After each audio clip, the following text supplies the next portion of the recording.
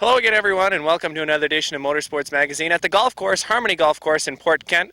We are here for the Airborne Speedway tournament. I have Jason Chris to my right, Billy Joe Branham to my left, and the donations for today's tournament are going to Billy Joe's charity, the Big Change Roundup. And Jason, you've been heading up this tournament for at least a couple years now, and talk about the decision to let the proceeds go to Billy Joe and her fund. Yeah, my Uncle Brian started it out probably about 4 or 5 years ago. We've done it, and it's been really, really good. We've had a great turnout, and we've always given to the Drivers' Point funds for the last few years. But this year we decided, because Billy Joe is trying to be the biggest contributor to the Big Change Roundup, so we decided we're going to give all the whole sponsor money to Billy Joe and the Big Change Roundup, try to help her out. And Billy Joe, go ahead and talk about the different stuff you do. I know you had a tournament earlier, you raised some money, and you had an event at the Speedway where you tried to raise money as well. Talk about what you do, and then also where people could contact you if they want to make a donation. Okay, I had a golf tournament earlier this season. We raised $7,500. Last year I got beat out by $300, and I was not going to let that happen this year. Pretty much everything that I do with this goes to the Vermont Children's Hospital. I don't have any kids or anything. It's just something I heard on the radio that I wanted to do, and it's been fun so far. I can't really complain. And what really is nice is the fact you mentioned you don't have any kids, and this is really out of the kindness of your heart, and it's really got to make you feel good, and I know a lot of other people really appreciate the work you do. Absolutely. I don't know how much longer I'll be able to spend this much time doing this stuff, so I want to try to contribute as much as I can right now while I have the time to do it. Well, it's much appreciated, and a nice job with your efforts. Thank you. That's Billy Joe and Jason Chris. More Motorsports Magazine is coming right up. Welcome back to Motorsports Magazine. Joined with one of the same people you just saw, Jason Chris. And Jason, now we'll talk about the racing season here at the golf course. It's a little odd not to hear engines and jacks and whatnot in the background, but go ahead and talk. We got to talk about the racing season. We haven't got a chance to talk with you yet this year, and you lead in points, 23 points going into the last event over Dale O'Neill. And I talked to you earlier this week. You've played like every scenario out for this weekend. You know where you need to finish, and you know where Dale O'Neill has to finish. You know how many positions ahead. Talk about and assess this season so far. 3 wins on the year, and a lot of consistency. Your worst finish is 6th place this year a couple of times. Talk about your overall assessment of the season. Got to be pretty happy. Yeah, I'm pretty happy. The 2 6th place, well, one of the 6th place finishes that we had was actually very fortunate to get that. We got an early come from behind. Yeah, an early wreck, had to pit twice, and we were really fortunate just to be so consistent this year. And everybody's always preached to me that it doesn't matter if you win 10, 12 races, but if you have that one DNF, it can. And that's actually what happened to Dale this year, unfortunately. And I have to, if he wins, I have to have a top 10. So we're just looking to stay clean, get in a comfortable spot in the top 10, and just ride around. It's tough to do it, so I don't know. We'll see how that goes. Well, and you talk about that, 6th place, it's like, when are the gremlins going to come in? Because it usually happens to everybody once every racing season. Fortunately for you, it hasn't happened yet, but you know, inside the top 10 in your division, and you're in a good spot to get another track championship. Now, talk about this season, your crew members and what goes on over in the pits. I know you're right next door with Nick Haywood. This weekend you're actually going to be driving Andrew Bordeaux's car, but you don't park near him. But talk about the different camaraderie and all the people that you're with over there who help work on the race car. And it's a group of people from, you know, kind of around your job and a lot of friends that you've established at the racetrack. You guys all work together over there. Yeah, well, actually, the week that we got in the wreck in practice, you talk about the gremlins, we broke a hub, an axle, and a wheel bearing all in the same corner. So one of the guys that helps me out, Bud, and works with me, he pulled his road car in, and we took the parts out of his road car for the night. So I mean, we've been really, really fortunate to get the car back together and in one piece every week. But we've got help from the Haywood family, from the Lindemann race crew. Everybody's just been so great helping us out. Everybody around us has just been awesome. And that's, you really got to appreciate that when a guy brings his road car. Did you give him a ride home? Oh, no, we put it back together in the pits after the race was done, and before they turned the lights off, we had him all ready, and he was headed home. Perfect. Now, I mentioned this earlier, Andrew Bordeaux's race car this week. Andrew's taken off, I think, on vacation, and you're driving the Renegade. What are your expectations this weekend with that car? And how are you the man to drive that car for him? I have no idea where it came. I've known Andrew for a very long time, but just out of the blue on Saturday, he approached me and he's like, if you can reach the pedals, because he's like 6'3", so if you can reach the pedals, maybe 280. yeah, and he goes, you can race it. He goes, I need somebody. I'm going out of town. He goes, just go out there and give her hell. And actually, our top 10 would be awesome for the first time, but I'm just looking forward to getting the experience and a lot of seat time. Well, we'll look for a top 10 in the Renegades. For sure, we're looking for a top 10 in the mini mods. Good luck this weekend, and we hope to see you in Victory Lane. Yeah, thank you very much. That's Jason Chris. More Motorsports Magazine is coming. Is Speedy Brissett. 3 rows back on the inside, 69 Mike Finney. Outside the 46 Little Joe Daniels. 29 the point champion Nick Haywood. The 28th this week is Michel Dussault, and the 9J is Jimmy Introne. Here they come off the 4th turn. Green flag is out as the final point counting event of the 2013 season is kicked off at Plattsburgh's Airborne Speedway. Jake Branham shows the way down the backstretch. They played bumper tag as they took the green. The outside lane boxed it up. Yeah, the outside line really did box up behind the 11 of Broderick. All right, leading lap number 1. It's the 1 of Jake Branham. Branham has had problems this year, all kinds of bad luck with that modified number 1. The right rear he lost off the car in turn number 2 last week. I believe he was leading the race, or at least in second place, going for the lead. If they can get everything to stick and work this week, with his handicap, he should start right up towards the front, and he may be in a very good position to pick up his first win of 2013 this afternoon, again, provided they can avoid some of those bugaboos that have been plaguing that car. Mike Finney in the number 69 looks down on the inside of Pelkey in the 4. Steve Pelkey holding the second spot right now in that number 4 car. Finney off the second turn, keeps the car down to the inside lane. It's a pretty good run down the backstretch. Nick Haywood sits comfortably in 4th and is chasing down Finney for that 3rd spot. Halfway for Jake Branham and the Huntley Trucking number 1. Nick Haywood dirt tracks it in turn number 1 as he tries to catch up to the back bumper of Finney. Here goes Finney. Looked down on the inside, then backed out of it going into turn number 3. Perhaps that car not to Mike Finney's liking as he's backing out of it before he gets into the corner. A little tight, that number 69 off the corner. He gets a pretty good run down the backstretch. Into turn number 3, nearly pulls even with their wheel-to-wheel in turn number 3. Sticks the nose out in front on the top. And it's a drag race for the second place. It's going to be Finney down on the inside of the number 69. Nick Haywood looking on that battle. He's right on the back bumper, the 4 of Keith Pelkey. Pelkey comes down the racetrack a little bit. That breaks the progress of the 29 of Nick Haywood. White flag is out one more time around for Jake Branham in the number 1. Jake Branham on board that Huntley Trucking number 1 is looking to win qualifier number 1 of the day, and he will have the best starting spot in the feature. That'll be on point. Here he comes. Jake Branham wins it. 2nd, Mike Finney. 3rd, Keith Pelkey. 4th, Nick Haywood. 5th, going to go to Kevin Broderick. 6th, Little Joe Daniels. 7th is Michel Dussault. 8th, I believe, Speedy Brissett. And 9th, Jimmy Introne. Yeah, you're right. Lamberton. 8 cars set to take the green flag in this one. Top 5 qualify. If you finish in the top 5, you qualify for your handicap. Here they come off the 4th turn. Green flag is out. Good start on the top for Rick Donor in the 91. Rico Hernandez down on the bottom. Can't get it to stick. Cody Obbins moving on the top. Hangs right onto that back bumper of the 91 of Donor.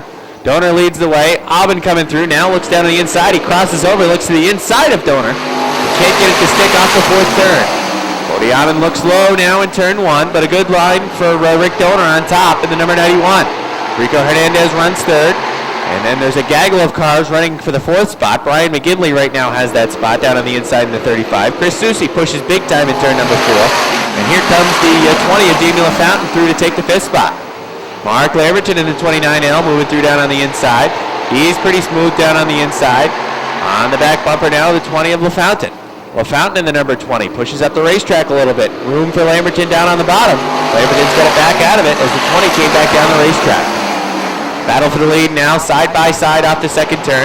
The 7 of Aubin looks down to the inside, and Donor pushes up the racetrack off of turn number 2. Aubin takes the lead in turn number 3. Can he get it to stick off the 4th turn? He completes the pass at the halfway point. Cody Aubin, the new leader.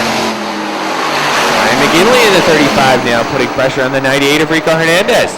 Hernandez pushes up the racetrack in turn number 2. The rear end kicks out on the 35 as well. But McGinley is still there down on the bottom in turn number 3. McGinley keeps it tight down on the bottom, pushes up the racetrack a little bit. Room for Lamberton down on the bottom. They're 3 wide down the front stretch. Lamberton had to back out of it. A gentleman move there going into turn number 1. As McGinley couldn't see him, he didn't have the wheels far enough up. And now Lamberton takes advantage down the back stretch by blowing by down on the inside. Popsicle sticks are out. 2 more to go for Cody Alvin in the number 7. Lonnie Rivers has been pinned. Lonnie's been pinned in that R7 back behind the 35 of Brian McGinley. The 20 of Jamie LaFounte's been trying to find a way by as well. And they are right now not in a qualified position as Brian McGinley holds the 5th and final qualified spot. White flag is out one more time around for the 7 of Cody Alvin. The R7 of Lonnie Rivers on the bubble looking to get in. Here he comes off the 4th turn, and Cody Alvin is going to pick up the 2nd heat race victory. 2nd's going to go to Rick Donor. 3rd, Mark Lamberton. 4th, Rico Hernandez. 5th, Brian McGinley. 6th, Lonnie Rivers. 7th, Jamie LaFountain. And 8th to Chris Susi. Chevrolet number 3. That is Morrisonville's Danny Sullivan. Outside, he is the point leader coming into this afternoon's racing. He has got a 12-point advantage. Driving the Gunny Inca Bingo Leland's Barber Shop. Precision Auto Collision Center, sponsor number 61 from Plattsburgh. That is former 2-time track champion Robin Wood. And starting shotgun in the field in the Jefford Steel sponsored number 7 from Morrisonville, it is Nick LaGroy. 7 cars take the green flag. Top 4 pick up handicap, so you got to get to the top 4. If you do, you'll start inside the first 4 rows in the feature event. It's Brent Jarvis from the outside around number 1.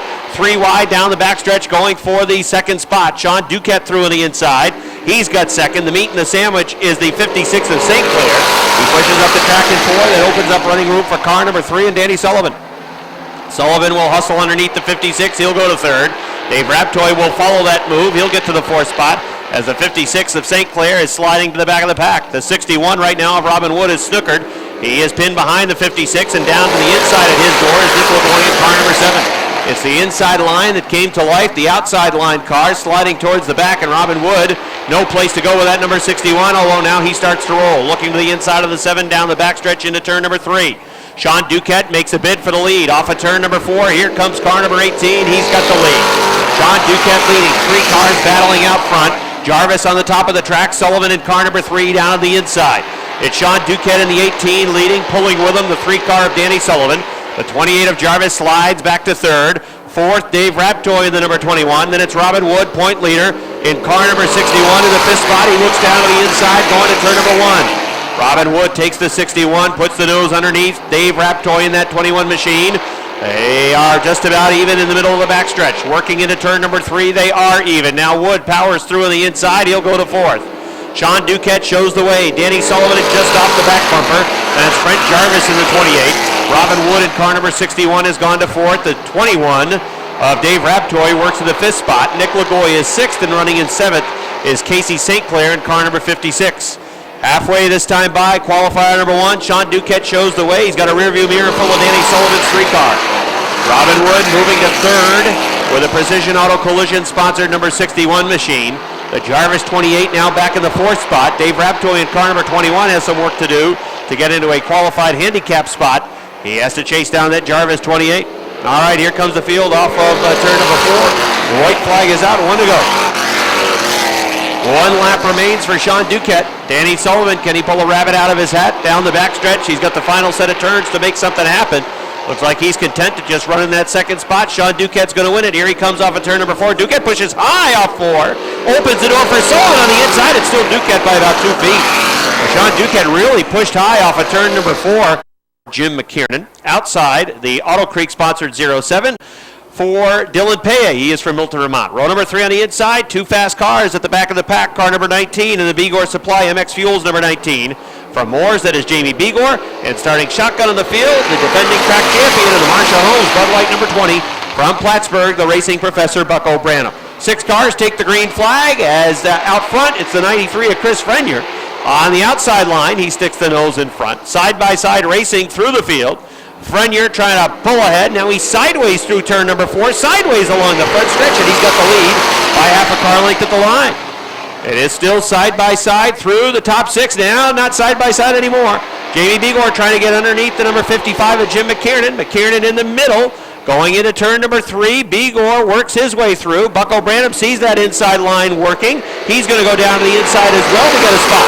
Dylan Paye moves down in front of Branham. Now McKiernan goes to the top of the racetrack. Here comes Bigor for the lead on the inside. Jamie Bigor digs to the inside of the 86 of Mike Shagnon. He'll get the lead. Dylan Paye in the 07 trying to move underneath as well. He is in the 3rd spot. He'll be in 2nd by the time they get to the line as Shagnon bobbled in 4th. Dylan Paye goes to 2nd. Bucko Branham in car number 20 about to grab 3rd. Shagnon is way up in the line where nobody wants to be on the top of turns 1 and 2. He'll slide back to the 4th spot. Chris Frenier works in 5th. Jim McKiernan back in 6th. Bucko Branham digging right onto the back bumper of 07, Dylan Paye, as we're halfway in qualifier number 2. Jamie Bigor's lead is 3 car lengths off the 2nd turn, with the Auto Creek 07 of Paye in that 2nd spot. Bucko Branham in car number 20, 5-time winner this year, defending track champion. He comes into this afternoon some 26 points behind Robin Wood, sitting in the 3rd spot, and he's making a move for 2nd now. Into turns 1 and 2, he's down on the inside, and he's going to move through on that inside line. He'll take 2nd, and let's see if he can chase down Jamie Bigor.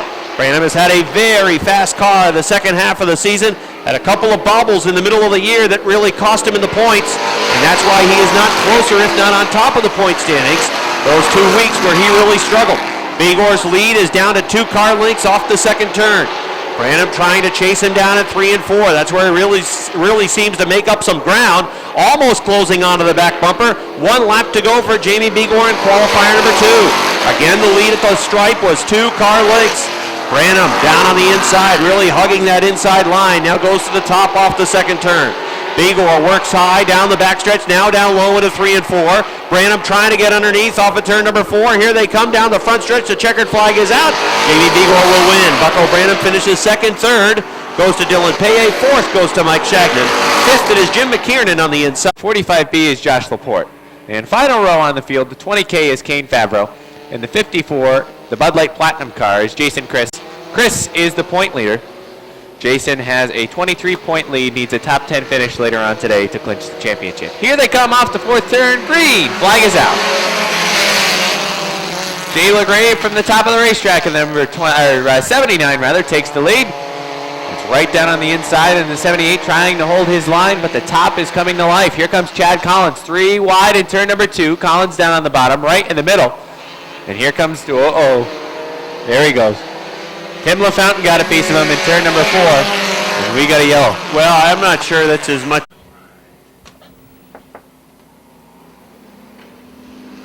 All right, ready to go. Here they come. Off the 4th turn, green. Flag is back out. Chad Collins this time with a good jump up on top, but he takes it really wide in turn number 1. Maybe he wanted to use the progressive banking because here he goes down the backstretch. Off of turn number 2, vaulted into the lead on top. He's still running up in that 3rd groove with that number 22 car. Jay LaGrave fights back down on the inside, but then once he comes off the corner, Chad Collins is able to take the lead away via the progressive banking. Laporte trying to move up on top of the racetrack in the 45B. Jason Chris is moving 2-3 wide up to the top of the racetrack. Jason is trying to get into the top 4. He gets that 4th position away, and then now is working on Jay LaGrave in the 79 up on top of the racetrack. Chris is able to clear the 79 of LaGrave, takes the 3rd spot away. Now takes the car up to the top of the racetrack, and he's going to race side by side with the 45B of Josh Laporte. Into turn number 3, door to door. Chad Collins takes it really wide in turns 3 and 4, but he's using that progressive banking. He takes it way wide going into the corner, but then uses the progressive banking off of 2 and 4 to get him a little extra speed down the straights. This time it's the 54 of Chris looking down to the inside. There's going to be 2 laps to go this time by at the stripe. 2 laps to go this time around. Chad Collins might just barely have the lead. This time he does, about half the car. Oh boy, here goes the lead right now. The 54 of Jason Chris looks down to the inside, had plenty of room. Chad Collins even pushes up a little bit more than he wanted to in turn number 2. And he drops back to the 2nd spot. Here comes Laporte down on the inside, trying to make the same move that Chris did down on the inside. White flag is out one more time around for Jason Chris in the 54. Kane Favreau says I want in the 20K. He joins the battle for the 2nd place. And he, right now, is looking to go 3 wide. Looked in the middle, no room there. That hole closes up. He runs behind the 45B of LaPorte looking for a way through down on the inside, and he might just be content to finish in the 4th place position. Jason Chris wins it. 2nd's going to go to LaPorte. 3rd, Collins. 4th, Favreau. 5th is Rob Sines. 6th, Jayla Graves. 7th is going to go to Michael Wright. On the field, the 02 is Eric Riel. Outside the 14 is Rob Clark, and shotgun on the field. The winningest driver in 2013 at the Speedway, it's Dale O'Neill in the number 16. All right, here they come off the 4th turn. Green flag is out. Oh boy, look out. Pete Blaney goes around. The pizza wagon was a little bit slow to start, and they boxed it up on the front stretch. Closed.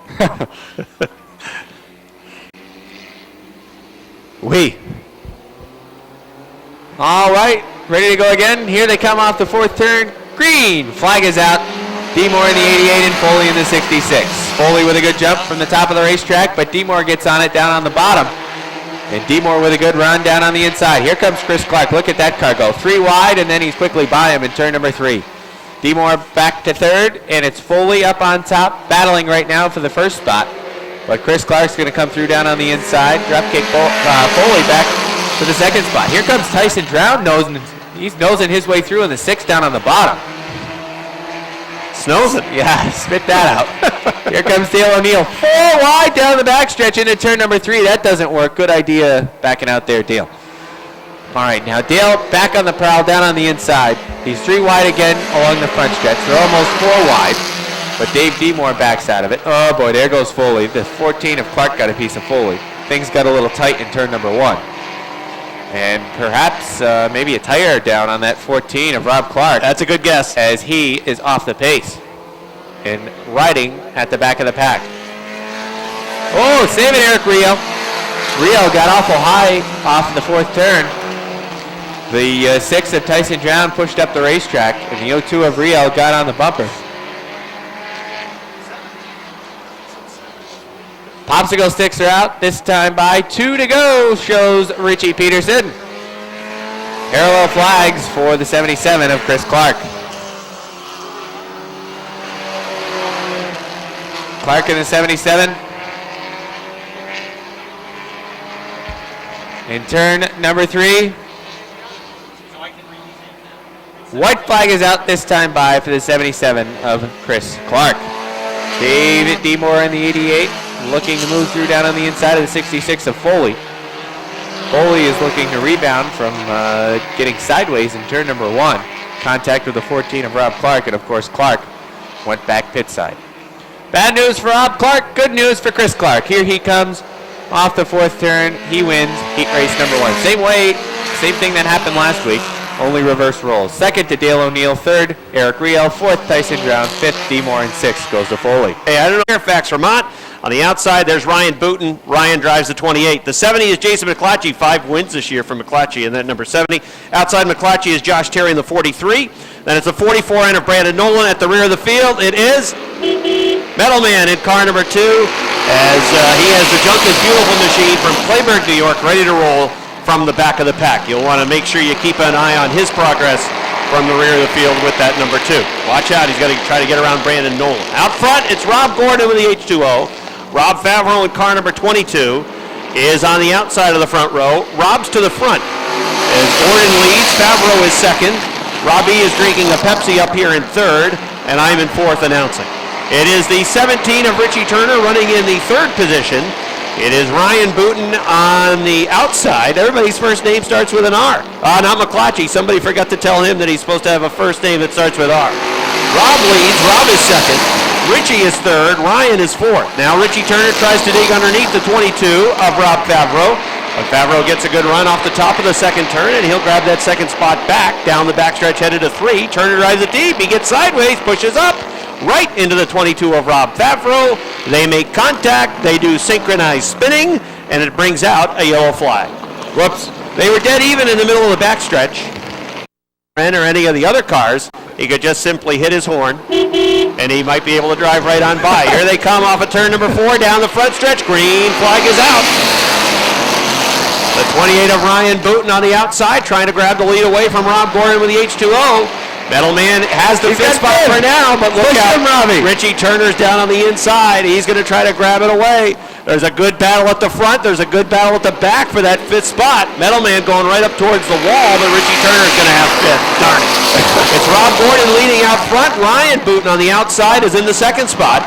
Jason McClatchy, 5-time winner. He's won more than anybody else in this division. He runs in third. Josh Terry is running in the fourth spot with car number 43. Richie Turner in fifth, trying to close back in on that pile of cars that's in front of him as we're halfway in the first qualifier for the Renegades. Oh, no, look at what's happened, Rob. Metalman is back to the back of the pack. He's behind everybody once again. But he's got a good view of the field where he runs on the track. He can see them all. Out front it is Robert Gordon with the H2O running in second. Here comes McClatchy through on the inside. McClatchy takes the second spot away from Ryan Booten. Ryan picked up his first career win earlier this year with that number 28. He sits third. Josh Terry in car number 43. Surprising that he has not won a race this year. He's had some bad luck, man. He totaled his main car in the middle of the season. But he is fourth with that number 43. And the guy who led the points for much of the year, Richie Turner, sits fifth out on the track with 2 to go. 2 laps to go for the H2O of Rob Gordon. And he has a pretty comfortable lead. It's a 5-car length advantage over Jason McClatchy. About the same distance from McClatchy back to Ryan Booten. Meanwhile, Richie Turner putting a move on the outside of Josh Terry, trying to take the fourth position away with a white flag out. So it is Rob Gordon leading with McClatchy in second. And then Booten in the 28th third. Side by side for that fourth spot.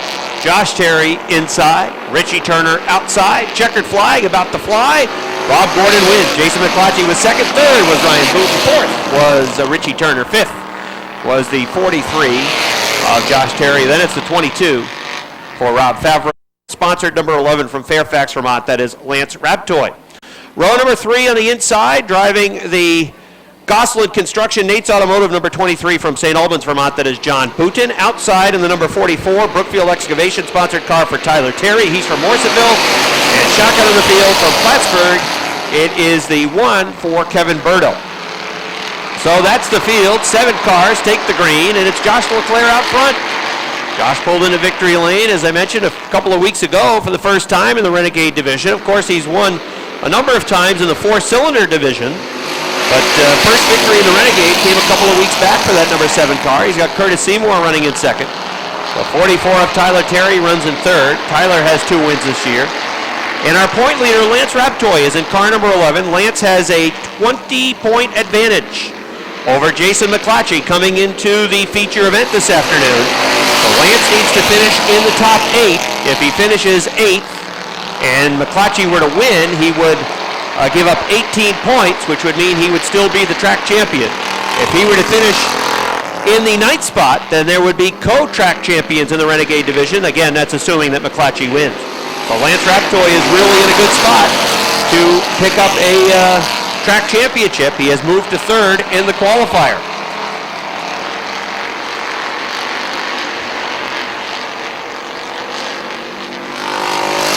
Out front, it is the 7 of Jason McClatchy. Running in the 2nd spot is the 44 of Tyler Terry.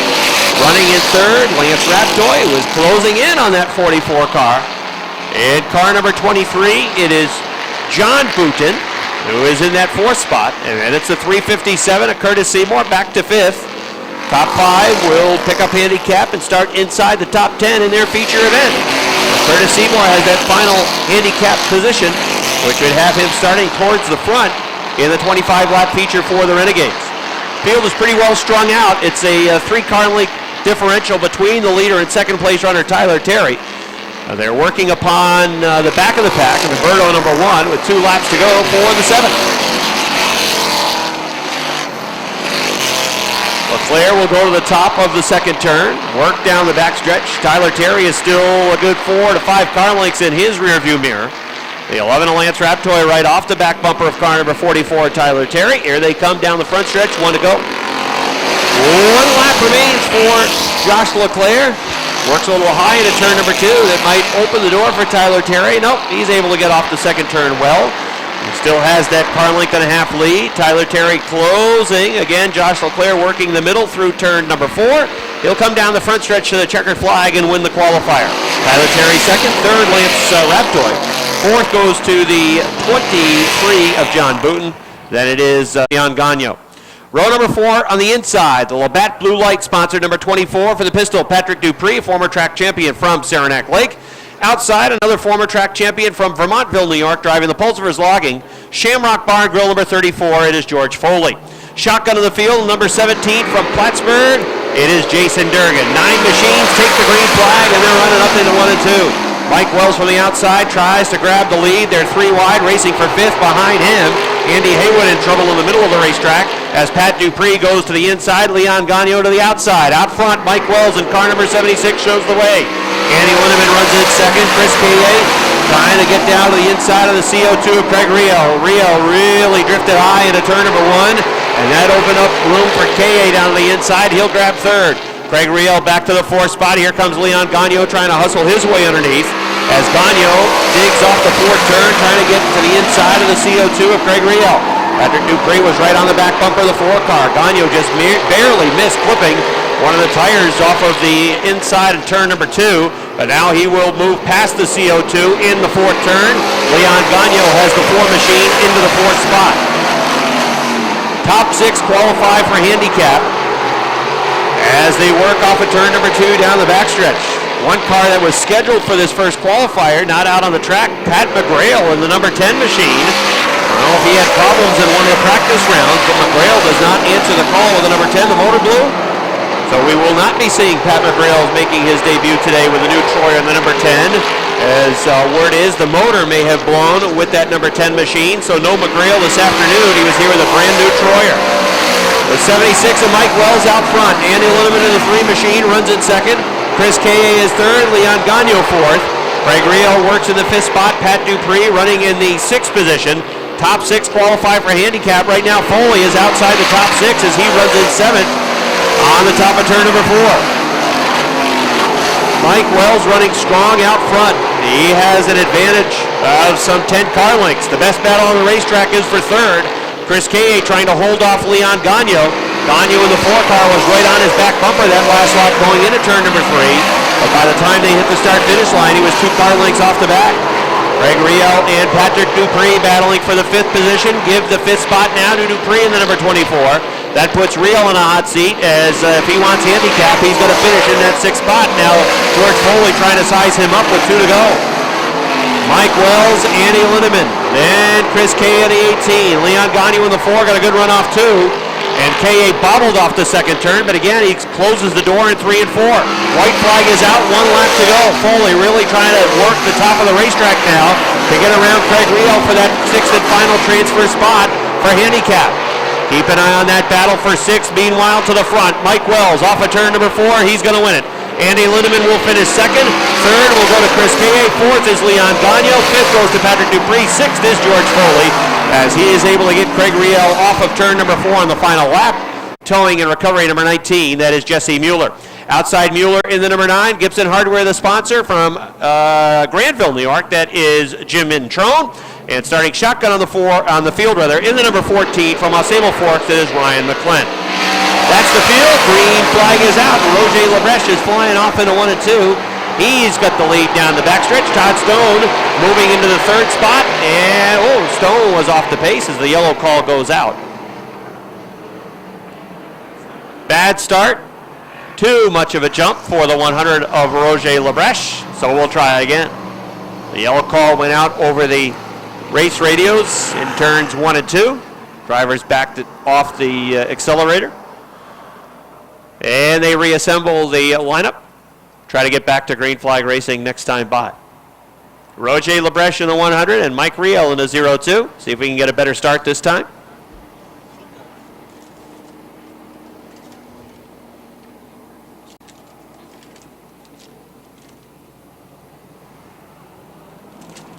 All right, here comes the field through turn number 4, and the green flag is out. Roger Labreche from the inside, Mike Riel on the outside. Riel tried to do a slingshot move from the outside, dive down to the interior lane, but that was a blow. They skipped the wheel. Max Vienne in the 25 and Mike Riel in the 02 made contact. Riel's car comes to a halt at top turn number 4, and that's going to bring out a yellow flag.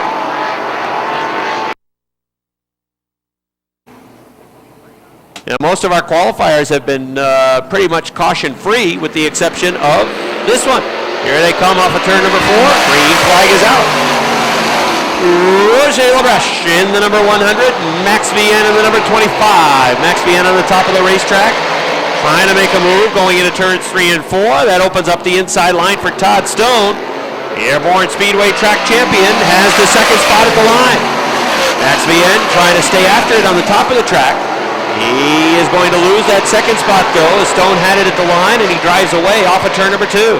Vienne gets back down to the inside line. That's often where he likes to be anyway, in that number 25 machine. He's more of a bottom feeder with the 25, working towards the inside of the track. The 19 of Jesse Mueller has moved to 4th. The 13 of Michael Lebrecht runs in 5th. Todd Stone sizing up Roger Lebrecht now for the lead. Looked high, dives down low. Slingshot move is going to work. He gets to turn number 1. He'll have the lead. Todd Stone and the G-Stone Motors 1X off of turn number 2 down the backstretch to the lead. Roger Lebrecht running in the second spot. 3rd, Max Vienne. 4th is now Jesse Mueller in that number 19 as we're halfway in qualifier number 2. Todd Stone has won 6 times this year. Jesse Mueller, the number 19, trying to get 3rd away from Max Vienne, being pushed off of turn number 2. Here comes Mueller trying again in turns 3 and 4 to get that 3rd spot. Max holding him off for now. Mueller has won 3 times this season. Those two drivers have put together combined 9 wins out of the 14 events that have been run in this division. 6 wins for Stone, 3 wins for Mueller, 2 wins this year for Foley, and a win apiece for Pat Dupree, Andy Haywood, and Andy Lindemann. Todd Stone is leading out front. He's got a half backstretch advantage over Roger Lebrecht. Max Vienne in the 25 still runs 3rd. 4th, the 19 of Mueller. 5th, the 13 of Mike Lebrecht. Remember, you got to be in the top 6 to qualify for handicap, and right now Matt Woodruff would have that 6th and final handicap spot, so he would start towards the front in the feature. Jim Introne with the Gibson Hardware number 9 is off the pace. He will limp back towards the Airborne garage. White flag is out for Todd Stone with a 1X. Picking up where he left off last Saturday night, Todd Stone with an almost full backstretch lead now over Roger Lebrecht. He's going to easily win this qualifier. Here comes the G-Stone Motors 1X off of turn number 4 as he takes the checkered flag in cruise control. Roger Lebrecht 2nd, Max Vienne 3rd, Jesse Mueller 4th, 5th to Michael Lebrecht, and 6th goes to the 55.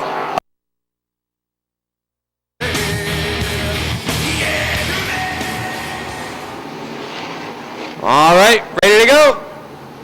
Brandon on the inside, Hernandez on the outside. Final time for the Sportsman Modifieds in 2013. Green flag is out. Jake Branham has the advantage down on the inside. Rico Hernandez back to 2nd in the number 98. It's Rick Donor in the 91, filing into the 3rd spot. Broderick's there in the 11. Broderick is 4th down on the inside. McGinley looking to go up on top of the racetrack as well. Ryan McGinley moving on top in the number 35. Wants to get down to the bottom. Pelkey's there, not anymore. He's able to clear the 4 of Pelkey, and he now runs in the 5th spot with that number 35 car. Good racing right now between the 69 of Mike Binney, the 4 of Keith Pelkey, and the R7 of Lonnie Rivers. Cody Aubin has been snookered in that 7 car. He's stuck behind the R7 of Lonnie Rivers. Double wide of the 11 and 91. Broderick on the bottom. Donor up on top. It's McGinley behind them. And then Pelkey in the 4. Uh-oh, Jimmy Introne has a little bit of trouble. He's got a problem in turn number 3, and we have a yellow flag. Okay. Good start last time for Branham down on the inside. And let's see what he's got this time. Here he comes up. Uh-oh. Oh boy, look out as they pile into the wall. Lonnie Rivers in the R7, it looked like hooked the back bumper of the 4 of Keith Pelkey.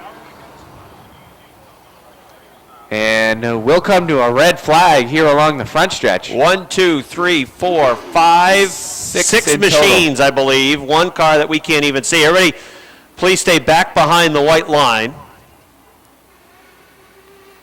Track champion Nick Haywood. That's the field. 2 laps in, 23 to go. All right, here they come off the 4th turn. Green flag is out, and we're back underway. Outside lane boxes it up once again as Mike Finney in the number 69 is stuck behind the 11, and he's using the chrome horn down the backstretch. Finney pinned behind the 11 of Broderick, and he's looking to move through down on the inside. And he's got a tiptoe through down on the inside as Senior Speedway's down there. Moving through down to the inside lane, the Percent Racing 03 was cooking down low, and the 69 of Finney tried to get there. And Finney had to back off and lost a couple of car lengths and a couple of positions also in doing so. Out front is Jake Branham in the 1. Running second is Rico Hernandez. Rico's been pretty strong today in that number 98 car. Rico runs second, it's Rick Donor third, but here comes Cody Aubin. Aubin was really impressive in the qualifier.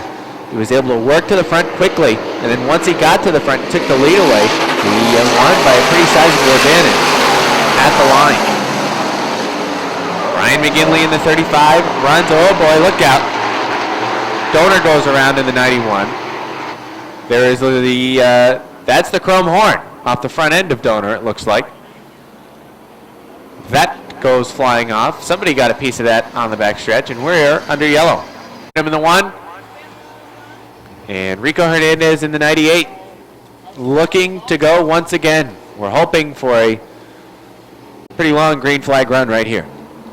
All right, here they come off the turn number 4. Green flag is out. Jake Branham in the 1, down on the bottom. Good run this time for Hernandez up on top. He pushes though as he gets off of turn number 2. Branham takes the lead. And here comes Hernandez back on top. The 98 of Hernandez tries to get there off the 4th turn. Dirt tracks it, but can't quite get there as Branham completes the pass at the stripe. Aubin in the 7 down on the bottom looking to roll as he's now wheel to wheel with the 98 of Hernandez. The teammates race for second. Aubin sticks the nose out in front, takes the second spot away, drop kicks the 98 back to third. Brian McGinley's a little bit out of shape in 4th. He's able to save it. Here comes Mike Finney down on the inside in the 69. Finney rallying back up into the top 5 in the number 69 car. Now he looks down on the inside of the 35 of McGinley. Takes us the 4th spot away as McGinley drops back to the 5th spot, and Finney has his eyes set on the 3rd spot, being held by Hernandez in that number 98 car. All the pressure is on Jake Branham right now in the Huntley Trucking number 1. It's Cody Aubin in the Peppers number 7 right there on the back bumper. Aubin looking for a way by, perhaps just being patient and biding his time, waiting for that Huntley Trucking number 1 to slip up. But that time in turn number 2, a bobble from the 7 of Aubin cost him about a car length and a half. I think that if it's me, that would be the strategy. Just ride for a little bit. This is lap 10 as they cross the start-finish line this time. Cody Aubin still riding behind the 1 of Jake Branham. Being patient right now and that's really a good strategy. Sometimes we see in this division, lack of patience ends up being costly. Yes, yeah, expensive and costly in this division. That's not something that you always want to see. Here goes Mike Finney now. He tried to get the Valley View Firewood 69 up to the top of the racetrack. It wouldn't stick. Now he's going to slingshot down to the inside. 1 car on the move is Mark Lamberton. Lamberton just went right around Jamie LaFountain on the outside, and he has moved into the 6th spot. Good for the lead. Down to the inside, Aubin looks, and shutting the door in turn number 1 is Jake Branham in the number 1. It's going to be halfway this time by. Cross flags going to be shown to the 1 of Jake Branham this time around. Lamberton in that 29 now works to the top of the 35 of Brian McGinley. McGinley is down in the bottom. And it is Lamberton easily getting around him up on top of the racetrack. Lamberton up into the top 5. Finney closing in on that battle between the 7 of Aubin and the 1 of Jake Branham. The hole opens up down on the inside. Aubin tries to fill it going into turn number 1. Aubin with a look down to the inside once again. Can't quite get there in turn number 1. Branham increases the lead to a car length down the backstretch. Aubin closes in turns 3 and 4 off the corner. The hole opens up again. Aubin's going for it this time off the 4th turn. Aubin in the number 7 looks again. Can't quite get there. But Mike Finney smiling. He's seeing that battle go on in front, and he is closing the gap between himself and Cody Aubin in the 7. Aubin perhaps thinking to go high this time. No, he's going to slingshot down to the bottom. Room again this time off the 4th turn. He's trying to show the wheels to Jake Branham down on the inside, but can't quite get there. Keeps getting closer, but can't get there going into turn number 1. Fastest machine on the racetrack might be Mark Lamberton's 29L. If Lamberton can get a caution, I think he is a factor in perhaps going for the win in this race. But without a caution, too much differential for him to run down. Cody Aubin now looks up to the top of the racetrack. He says it's time to go. Aubin gets the right side tires off in the bunker. Pulls even in the middle of 3 and 4. Has the car up on top. Jake Branham down on the bottom. Drag race to the lead off the fourth turn. Give it to Cody Aubin in the number 7.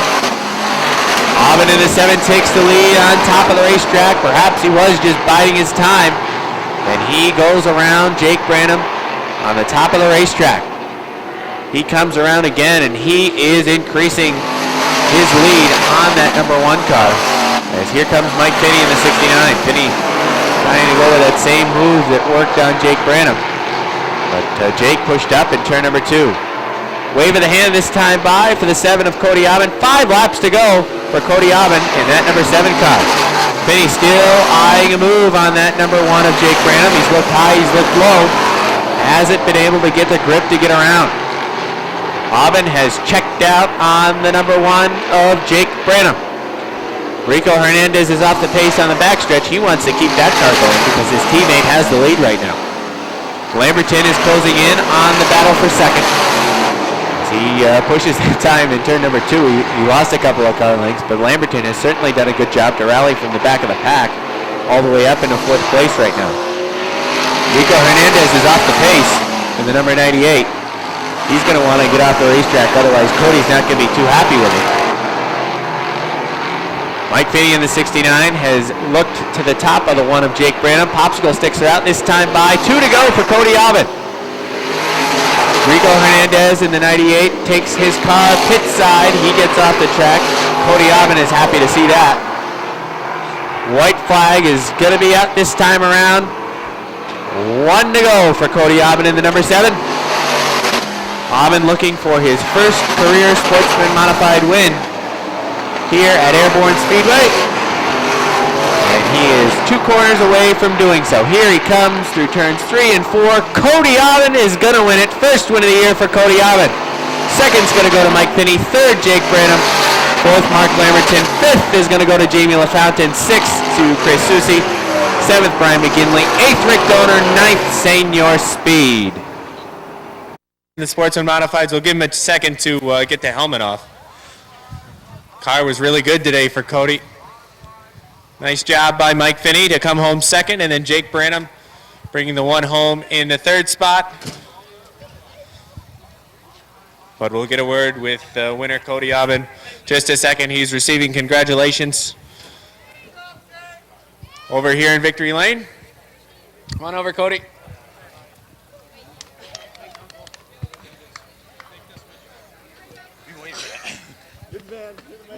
Thanks, bud. I'm cutting your hair today.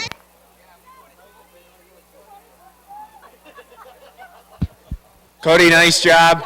Win number 1, first career win, and the way you drove was really smart today. You were very patient. In the heat race, you knew you had a great car because you were able to take off once you got to the front. Again today, you were able to take off, but you were very smart being patient, and once you had the room, you knew it was time to go. You took the car up to the top. The car was great. You did a nice job today. Yes, thank you. I just got to thank my crew. Last week I got in a pretty bad wreck, and them guys, I mean, unbelievable crew, you know. Can't thank them guys enough. Back at home, here at the track.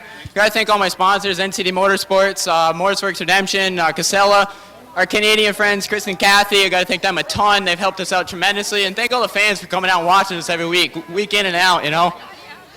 And you mentioned week in and out. It's been very noticeable that you've just continuously gotten better in this division, and it really is nice for you to finally get your first career win here. Nice job. Yes, thank you very much. That's Cody Aubin. He picks up his first career win. And the Sportsman Modifieds, we'll get a word with Mike Finney if we can see him. Mike, come on over. Mike, nice job. You're able to rally from the back of the pack.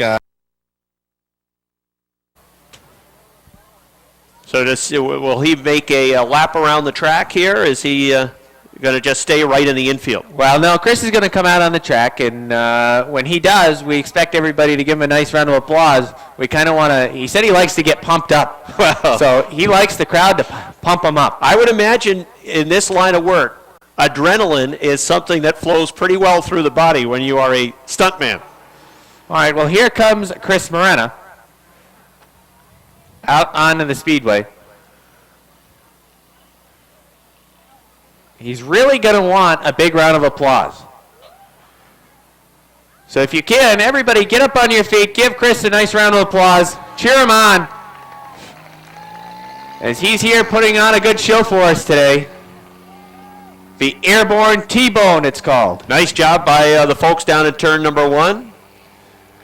Many of them waving to Morena, checking that car out as he working on his down speed. The backstretch. The one thing he said, he wants to work on his speed on the backstretch. He wants to try and get to the 55 to 60 mile an hour range. Get on your feet here along the front stretch. Give him a nice round of applause. Send him off, as he will be doing the stunt today, the Airborne T-Bone.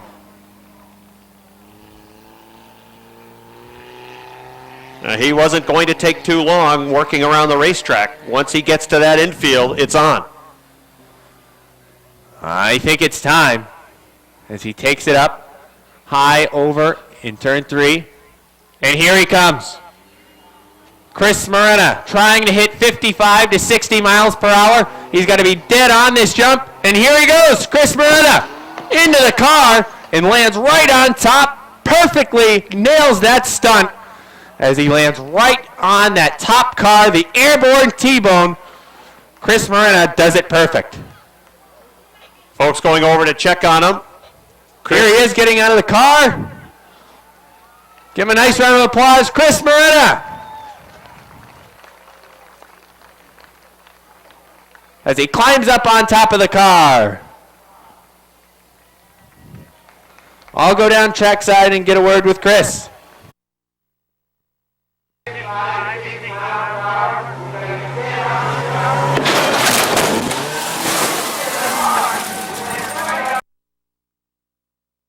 Need to win, and the 61 would have to finish 5th. The 61, if he finishes inside the top 4, track championship is sealed. He starts 7th, Bigor starts 6th. 13 cars to take the green flag, 25 laps the distance. It's Mike Shagnon in the 86 and Brent Jarvis in the 28. Here they come through turn number 4 down the front stretch green. Flag is out. Championship on the line. It will be decided in this division at the end of the 25 laps, so they're 3 wide on lap number 1. 3 wide off the second turn, going for the lead.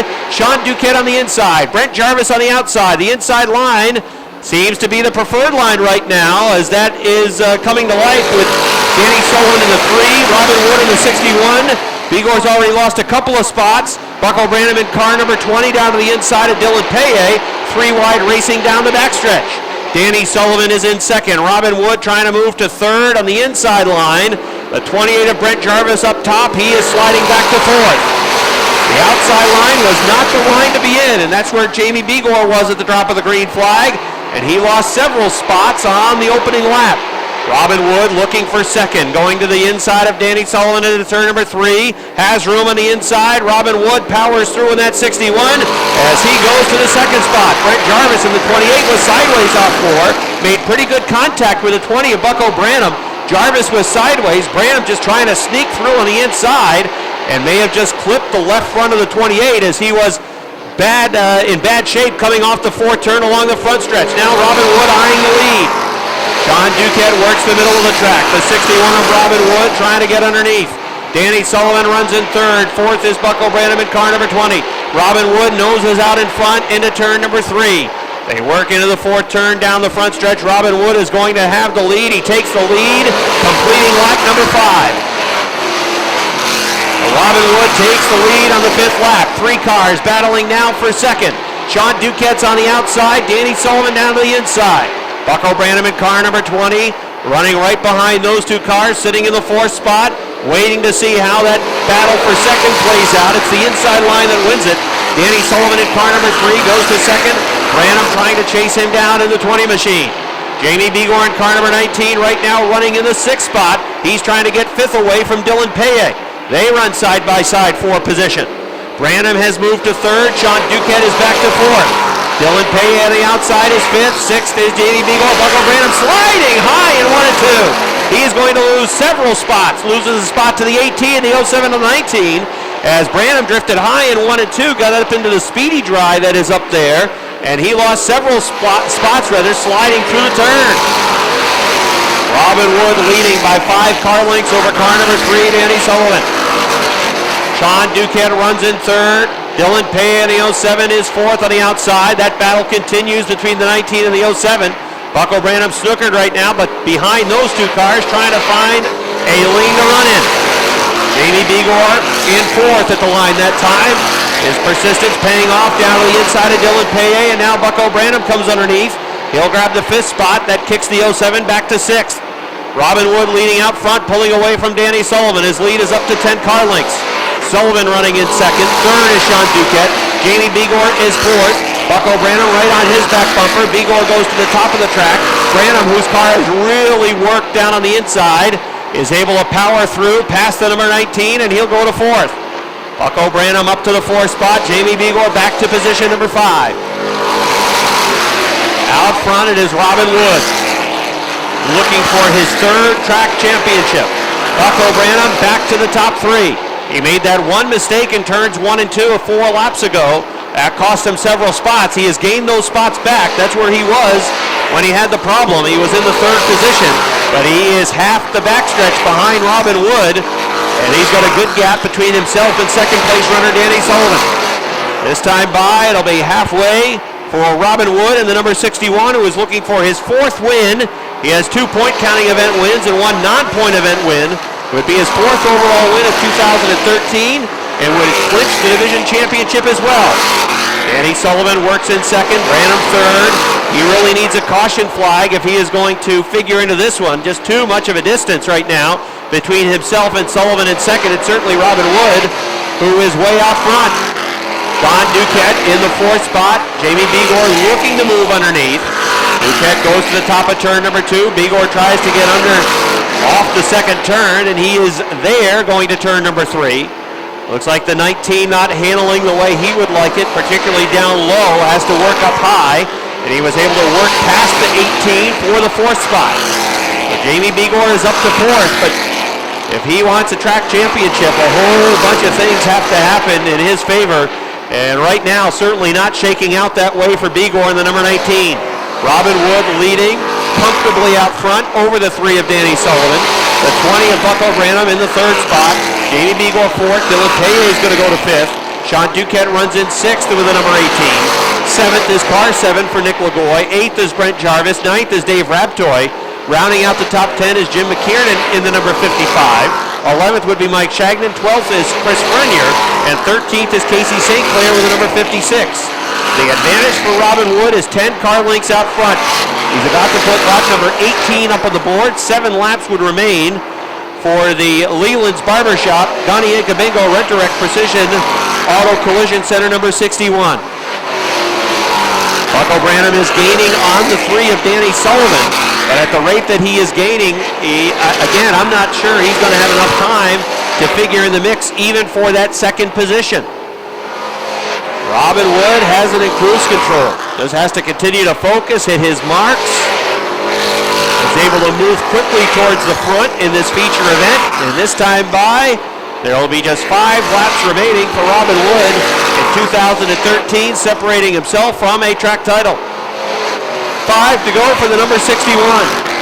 Danny Sullivan continues to run a good 10 car lengths off the back of the 61. Bucko Branham may be the fastest car on the racetrack right now, but back in the 3rd spot and still quite a distance behind the 61, although he is reeling in the 3 car. But I'm not sure he's going to have enough time to even make a bid for 2nd, although he is closing quickly now on Sullivan. Dylan Paye trying to take the 4th spot away from Jamie Begor. Begor working the top of the racetrack with an ill-handling race car, and Paye is able to get underneath with the Auto Crate 07 to try to take 4th. That last lap at the line, Paye was in the 4th position, and he is going to stay there. Branham is close to within 2 car lengths off the back of Danny Sullivan in car number 3. Robin Wood continues to have a comfortable lead out front. The only close race right now on the track is for that 4th position that goes to Dylan Paye in the 07. 2 laps to go for Robin Wood. Now, one thing Robin Wood does not want is a yellow flag. That could change the complexion of everything.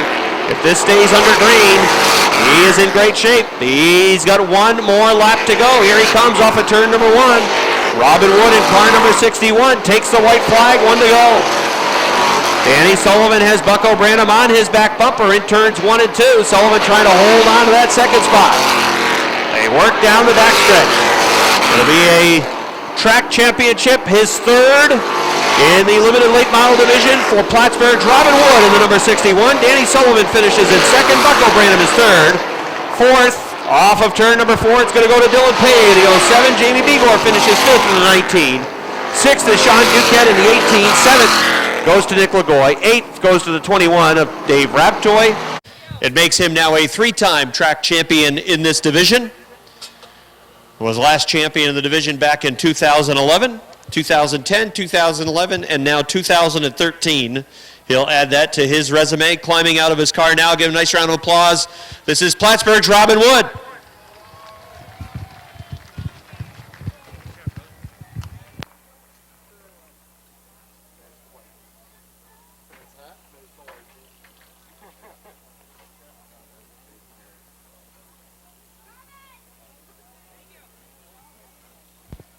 All right, here is Robin Wood, and I thought really key to the race early on, you were able to pick up some positions. The outside line seemed to back up a little bit. You spotted that, moved down to the inside line, and made pretty good progress getting to the front.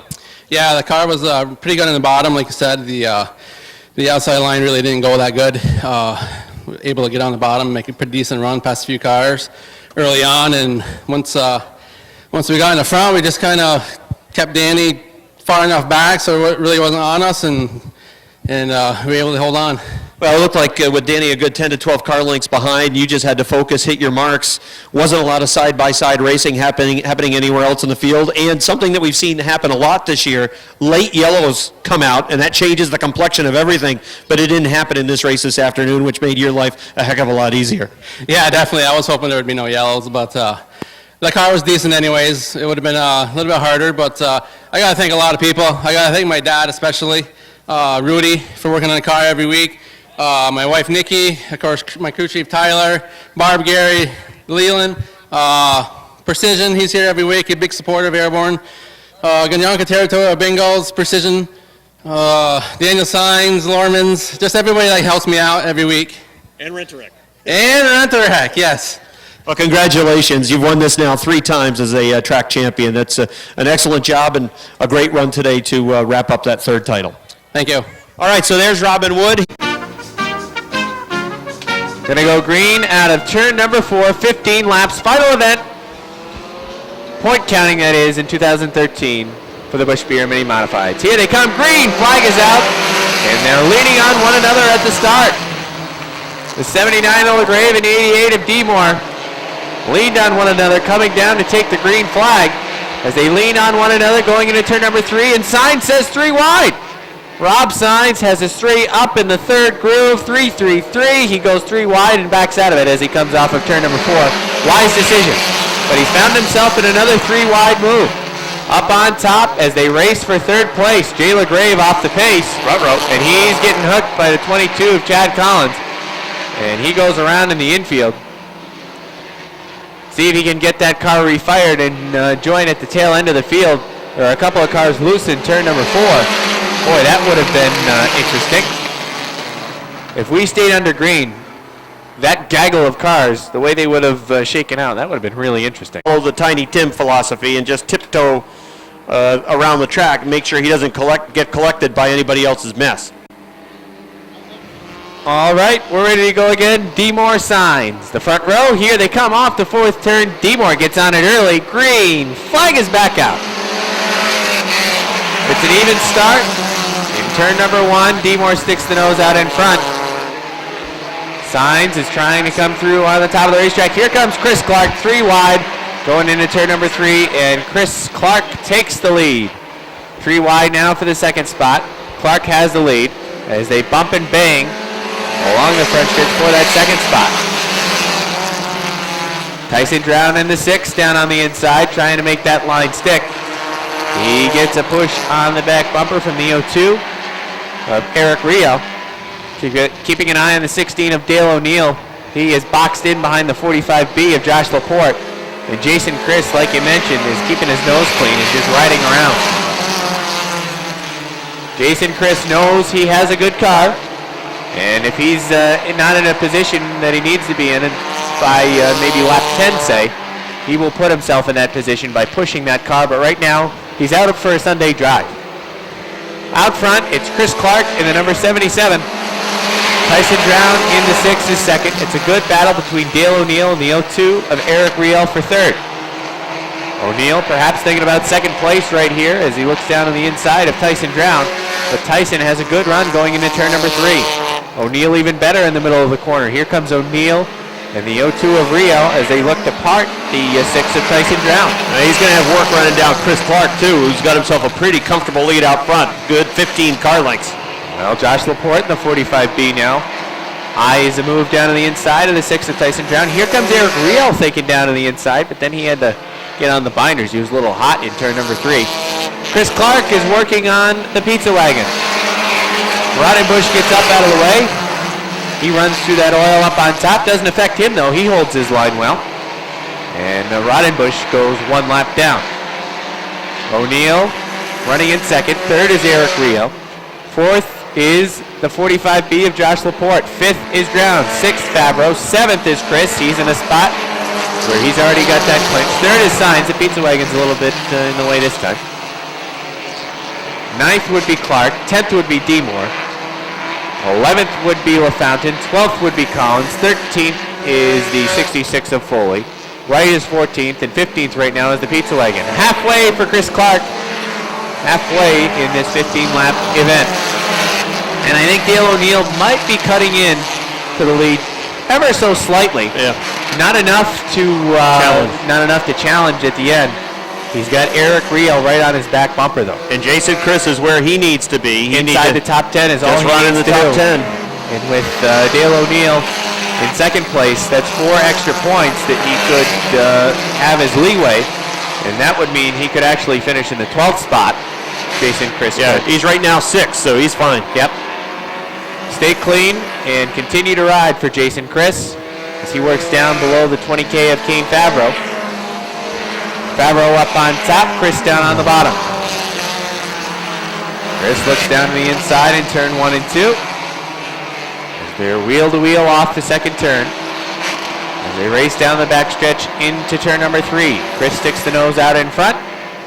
Takes position number 5 away from Kane Favreau. Yellow flag is out. The 22B of Pete Blaney loops it in 1 and 2. And we have a yellow flag. Well, this could get interesting. All right, 11 laps are complete. Ready to get back to green flag racing. All right, Chris Clark, Dale O'Neill, here they come off the 4th turn. Green flag is out. It's a good start down on the inside for Chris Clark. He pushes the 16 up a lane in turn number 1, tries to get him to go through the speedy dry in the oil that's up there in 1 and 2. As Dale O'Neill is hanging there on the top of the racetrack. Side by side off the 4th turn. Chris Clark in the 77, the 16 of Dale O'Neill. Chris Clark still has it, and he's pushing him up the racetrack once again. Chris Clark using up a lot of the racetrack, trying to force the 16 high, but Dale O'Neill's doing a good job staying there on the top. Clark sticks the nose out in front in 3 and 4, pushes up the racetrack big time off the 4th turn. And 2 laps remain for the 77 of Chris Clark. Dale O'Neill with a good run this time off of turn number 2. Uses the progressive banking up on top of the racetrack as they're side by side going into turn number 3. Clark with the nose out in front once again. They're side by side behind the battle for the front as they race for the 3rd spot. White flag is out. 1 to go for Chris Clark in the 77. Dale O'Neill in the 16. Good run again in turn number 2. It's going to be a drag race likely for the finish as Chris Clark sticks the nose out in front once again in turn number 3. Here they come off the 4th turn, leading on one another. Chris Clark wins it. Dale O'Neill second, 3rd Eric Riel, 4th to Josh Laporte, 5th is going to go to Jason Chris, 6th Kane Favreau, 7th Rob Clark, 8th Tim LaFountain, 9th I believe Tyson Drown, and 10th to the 88 of Dave Demore. Give him a nice round of applause. Here he is, Chris Clark, driver of the number 77 Mini Mod. Chris, come on over. Chris, nice job. You had a good battle there on the lap 11 restart. Come over a little bit so Gene gets you on camera. And really, I think the key to your advantage was going into turn number 3. You were able to drive your car deep into the corner. You were still in it longer than O'Neill was, and I think that it was noticeable that in turn number 3 your car was very strong. In turns 1 and 2, he had you using the progressive banking up on top, but turn number 3 your car was really dialed in and strong on the bottom. Yeah, well, when you see that car coming behind you, you got to do something to go faster. I could see he had it good. I had to keep the rear of the car out wide and share my lane a little bit, but only a small amount, and keep him knocked down because he's fast and hard to beat. And that was awesome racing. That was some of the best. The kid handles himself very well in a race car, and all year I've been following this kid around like he was a 50-year-old man, been doing it a long time. Congratulations to him. Now, one thing that many people may not know, at the beginning of the year, you missed 2 or 3 weeks, and you factor 3 wins, and you've been pretty consistent this year. If you're here those first couple of weeks, you're right in the thick of things for a points championship. You know, I'm not going to be ungrateful for what I do have. I got great sponsors, Bob and Susan from Bob's Trucking, and Russell LaFleur and his wife. The fact that I'm here and doing this on somebody else's dime to put on a good show, more power to this sport. Well, nice job. Win number 3, and great job this year. Thank you. That's Chris Clark. We'll talk to Dale O'Neill. Dale, nice job today, and especially this season. 7 wins is not easy to do. You're able to pick up 7. Starting next to the grid from Ausable Forks in the 44N, it is Brandon Nolan. Behind Brandon Nolan, or rather to the outside of Brandon Nolan, in the 2 from Clayburg, it is the Junk is Beautiful car for Middleman. Shotgun on the field, and the number 1, Kevin Berto. That's the field, ready to run. As we are set to crown a divisional champion in the Renegades, the green flag is out. The field steams off into turns 1 and 2, and they're 3 wide for the lead. Rob Gordon's down on the inside. Curtis Seymour's the meat and the sandwich. Josh LeClaire is up on the top of the racetrack. Right behind them, it's Ryan Booten. Booten trying to find the fast line around as well. He runs in the 4th spot as he tries to get down to the inside. Lance Raptoy looking for a track championship. Lance can clinch that track championship. He's got a 20-point advantage. He needs to finish 9th or better. If he finishes 9th and McClatchy wins, they could be co-champions. If he finishes 8th or better, then Lance Raptoy is the divisional champion for 2013. Robert Gordon has taken the lead. He has 1 win this year with the H2O car. Josh LeClaire in the number 7 gets the right side tires off the racing surface. He gets into the bunker, so does Richie Turner. Turner to 17 loses a number of spots. He's all the way back towards the middle of the pack now. Ryan Booten running in the 3rd position, looking inside car number 7 to Josh LeClaire. Rob Gordon is leading out front, 5 car lengths the advantage over the 7 of LeClaire. The 28 of Booten sitting in the 3rd spot. Lance Raptoy, car number 11, runs in 4th. To his door on the outside is Curtis Seymour in the 357. He's in the 5th spot. John Booten trying to come through on the inside with car number 23. Side-by-side battle for the 2nd position between Ryan Booten and car 28 and car number 7, Josh LeClaire. They're both trying to chase down the leader, Robert Gordon, who is well out in front. 3 wide in the middle of the pack, running just inside the top 10. Tyler Terry, Josh Terry, Richie Turner, Curtis Seymour also there as they're in a diamond formation working around the racetrack. Turner gets the right side tires off the racetrack again. He's going to lose 1, 2, 3 spots. Richie Turner, that's the 2nd time he has struggled off the 2nd turn. It's cost him a number of spots. Robert Gordon with a half backstretch advantage right now over Ryan Booten, who has cleared Josh LeClaire. He has the 2nd spot. LeClaire runs 3rd. Lance Raptoy in 4th. Running in 5th is car number 23 for John Booten. Then it's Tyler Terry, Josh Terry, Curtis Seymour, and Jason McClatchy. McClatchy, to really put any pressure on Lance Raptoy, would have to pick up a number of spots and challenge for the win. But right now, Lance Raptoy feeling pretty darn good about his situation. He's in the 4th spot not feeling any heat from behind right now, and he's got a car length between himself and third place runner Josh Leclerc. If he runs in that spot the rest of the race, he'll win the division. Robert Gordon looking for his second win this year. Gordon has a win. Second place runner Ryan Booten has a win. Third place runner Josh Leclerc has a win. Lance Raptoy, sitting in the fourth spot, does not yet have a win this year, but he's looking to be the divisional champion. A model of consistency. He really has not had many poor finishes throughout the year. In the fifth spot right now, it's John Booten in the 23. Tyler Terry in the 44 runs in sixth.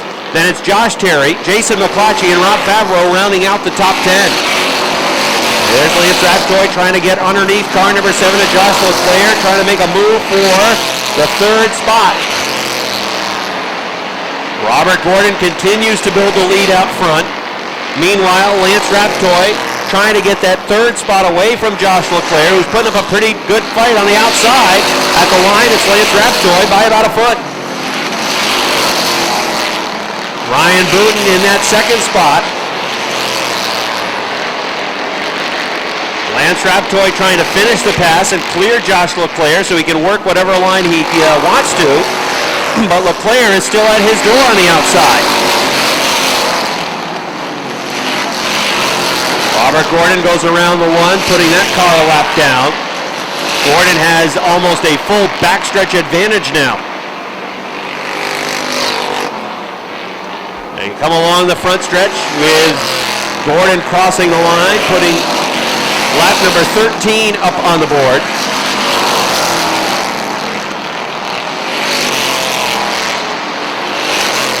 The money wasn't playing. Cars working through 3 and 4. Second place, number 28, Ryan Booten, hits the start-finish line. Lance Raptoy running in that third spot. Josh Leclerc fourth. The 23 of John Booten rounding out the top 5. A lot of single file racing around the track as they try to chase down the car in front of them to gain track position. Right now, Lance Raptoy continues to run a safe, smooth race in that third spot with the number 11. Metal Man goes down a lap. A couple of cars down a lap now as the H2O of Gordon goes around. Robert Gordon appears to be in a different time zone than the other cars this afternoon in the Renegade division. Gordon has a huge lead, a lead that we rarely see in this division, this big, over Ryan Booten, the number 28. He just driven away from everybody else. The one has spun over in turn number 2. The one spins, and that's going to bring out a yellow flag. First caution flag of this race, 16 laps showing complete on the board. Liquor and Wine Warehouse, blue ticket, 074. 074-9894. One more, and we'll get to that during our next break. And we might have it right now. In 1 and 2. Tyler Terry is headed back towards the garage area. Yellow flag is out. So the yellow flag, Robert Gordon in the H2O. And at his door now, the 28 of Ryan Booten. Both with 1 win apiece this year. Top point guy Lance Raptoy running in the third spot. Here they come off of turn number 4 down the line. There's the green flag.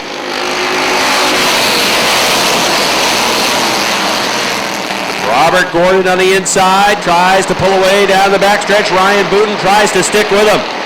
Booten's on the top of the racetrack trying to keep his nose at the door of the H2O. Gordon trying to clear him in turn number 4. He will. Robert Gordon really running strong today with the H2O car. Ryan Booten in that second spot. Third on the outside, Josh Leclerc in the 7.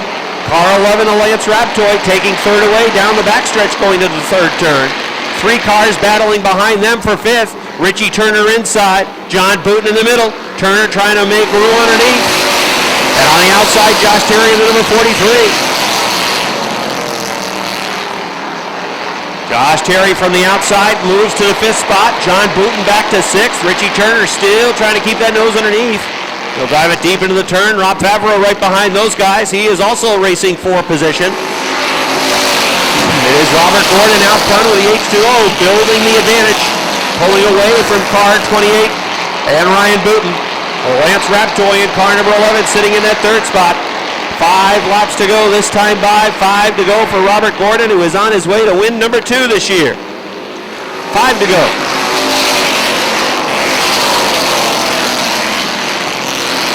Josh Terry and Richie Turner have a good battle going on for position. That's for 5th.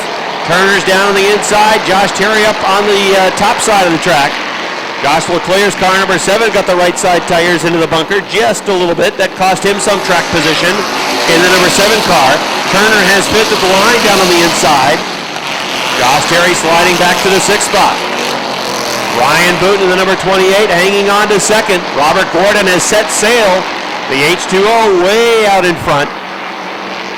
Lap 22 going up on the board as Robert Gordon is on his way to his 2nd win of the season. Gordon has more wins in this division than anybody else. He's going to add to that total today, it looks like. Popsicle sticks are out. 2 laps to go for the H2O of Robert Gordon. Lance Raptoy trying to finish strong, looking to the inside of Ryan Booten's car number 28. They work off of turn number 2.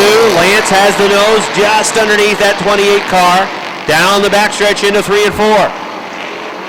Tyler Terry's gone back to the garage. White flag is out. 1 lap to go for the H2O.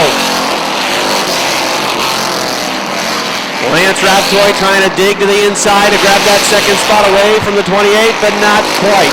Ryan Booten is able to hold him off. It's a dominating win today for the H2O out of Milton, Vermont. Robert Gordon's going to win for the 2nd time. Finishing in 2nd will be Ryan Booten in the 28. Lance Raptoy 3rd. 4th goes to Richie Turner. And rounding out the top 5 is Josh Leclerc in car number 7. Robbie Favreau was 6th. 7th was Josh Terry. 8th, I believe, was Jason McClatchy with car number 70.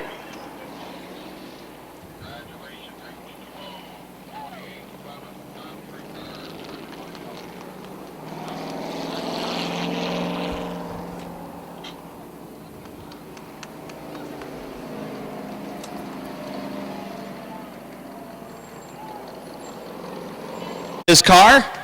We'll bring Robert over here. Come on down this way. Win number 2 for the H2O. Little hot in there, Rob? What's the deal? No, not too bad. It's a beautiful day. Just out here having a good time. You can always put up with the heat when you do that good. Well, the car was awfully fast. I mean, that's as dominating a victory as we've seen all year. I mean, when you punched it, this car was able to pull away from some other cars that have been pretty darn quick. Everything was right today with your car. Yeah, we tried another set of tires, and I was going to run them in the heat, but they didn't like the bottom. This set really did. We started on the bottom, so we said, well, let's try them, and they worked so good we weren't going to take them off if we had to. And you add to your win total. You've got more wins in this division than any other driver. You'll add 1 more to that total. Yeah, that's good. It's a hard class, big competition. It used to seem fairly easy to win a race, but it's not very easy to win a race in this division. And we hope to see you back next year to try to win a few more. Thank you. All right, there's Robert Gordon. He wins with the H2. Still obviously with a major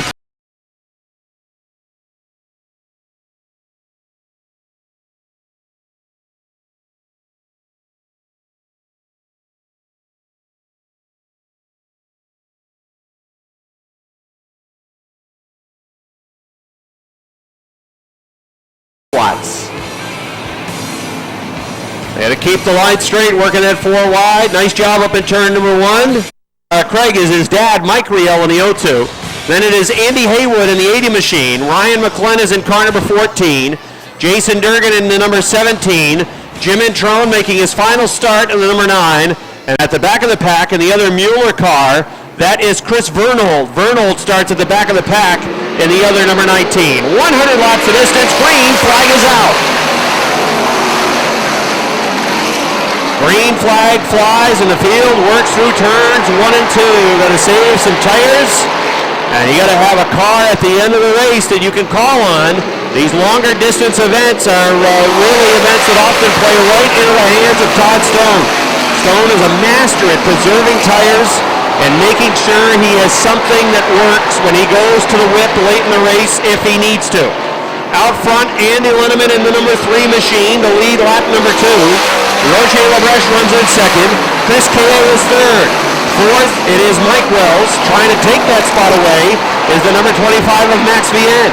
As the field works down the backstretch, Todd Stone, the 1X underneath the 13. That is Michael Lebrecht. Also moving towards the front is Patrick Dupree in the number 24 car. Leon Gagnon down to the inside of Michael Lebrecht trying to gain the position. Todd Stone is boxed right now. He is behind Max Vienne in the 25. At the wheel of Vienne is the 76 of Mike Wells, so really no place to go for the G-Stone Motors 1X of Todd Stone. He follows the inside line, trying to go through to the inside with Max Vienne, and now perhaps that he clears Mike Wells, he can go to the top. He'll get around underneath rather the 76, and now look to move around the outside of the number 25, Max Vienne. Andy Linneman shows the way out front, 5 laps complete, 100 laps of distance for the Ernie's Discount Tools 358 Dirt Car Modifieds. It is a 10-car length advantage right now for Andy Linneman in the number 3 over the 100 of Roger Lebrecht.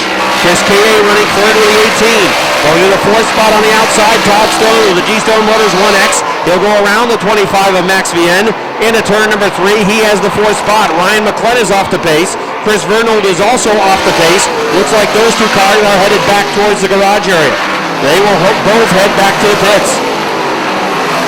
Andy Linneman maintaining a 10 to 15 car length advantage over Roger Lebrecht.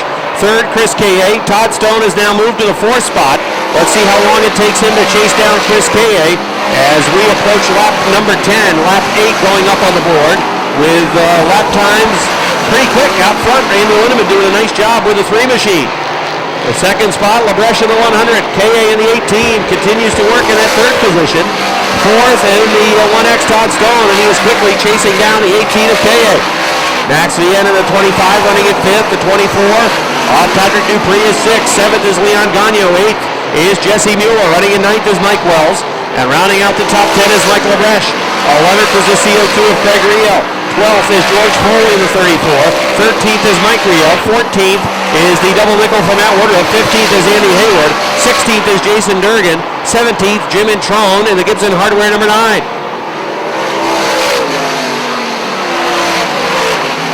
Andy Linneman setting a pretty good pace out front.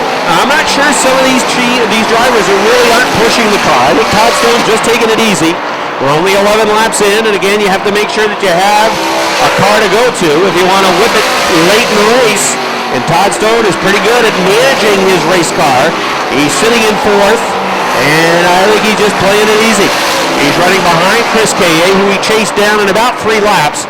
Once he got to 4th, he was good 10 car lengths behind K.A., but in 3 to 4 laps, he was able to chase him down, and now looks down to the inside in 1 and 2. K.A. will hold him off for now. Another car headed back to the pits. That was Jim Introne in the number 9. He is off the pace. Jim told Robbie earlier this morning that this is going to be his final event in a 358 modified, as he is calling it a career. A former regular runner here at Airborne, his first and only appearance of 2013 this afternoon, and he has gone back to the garage area.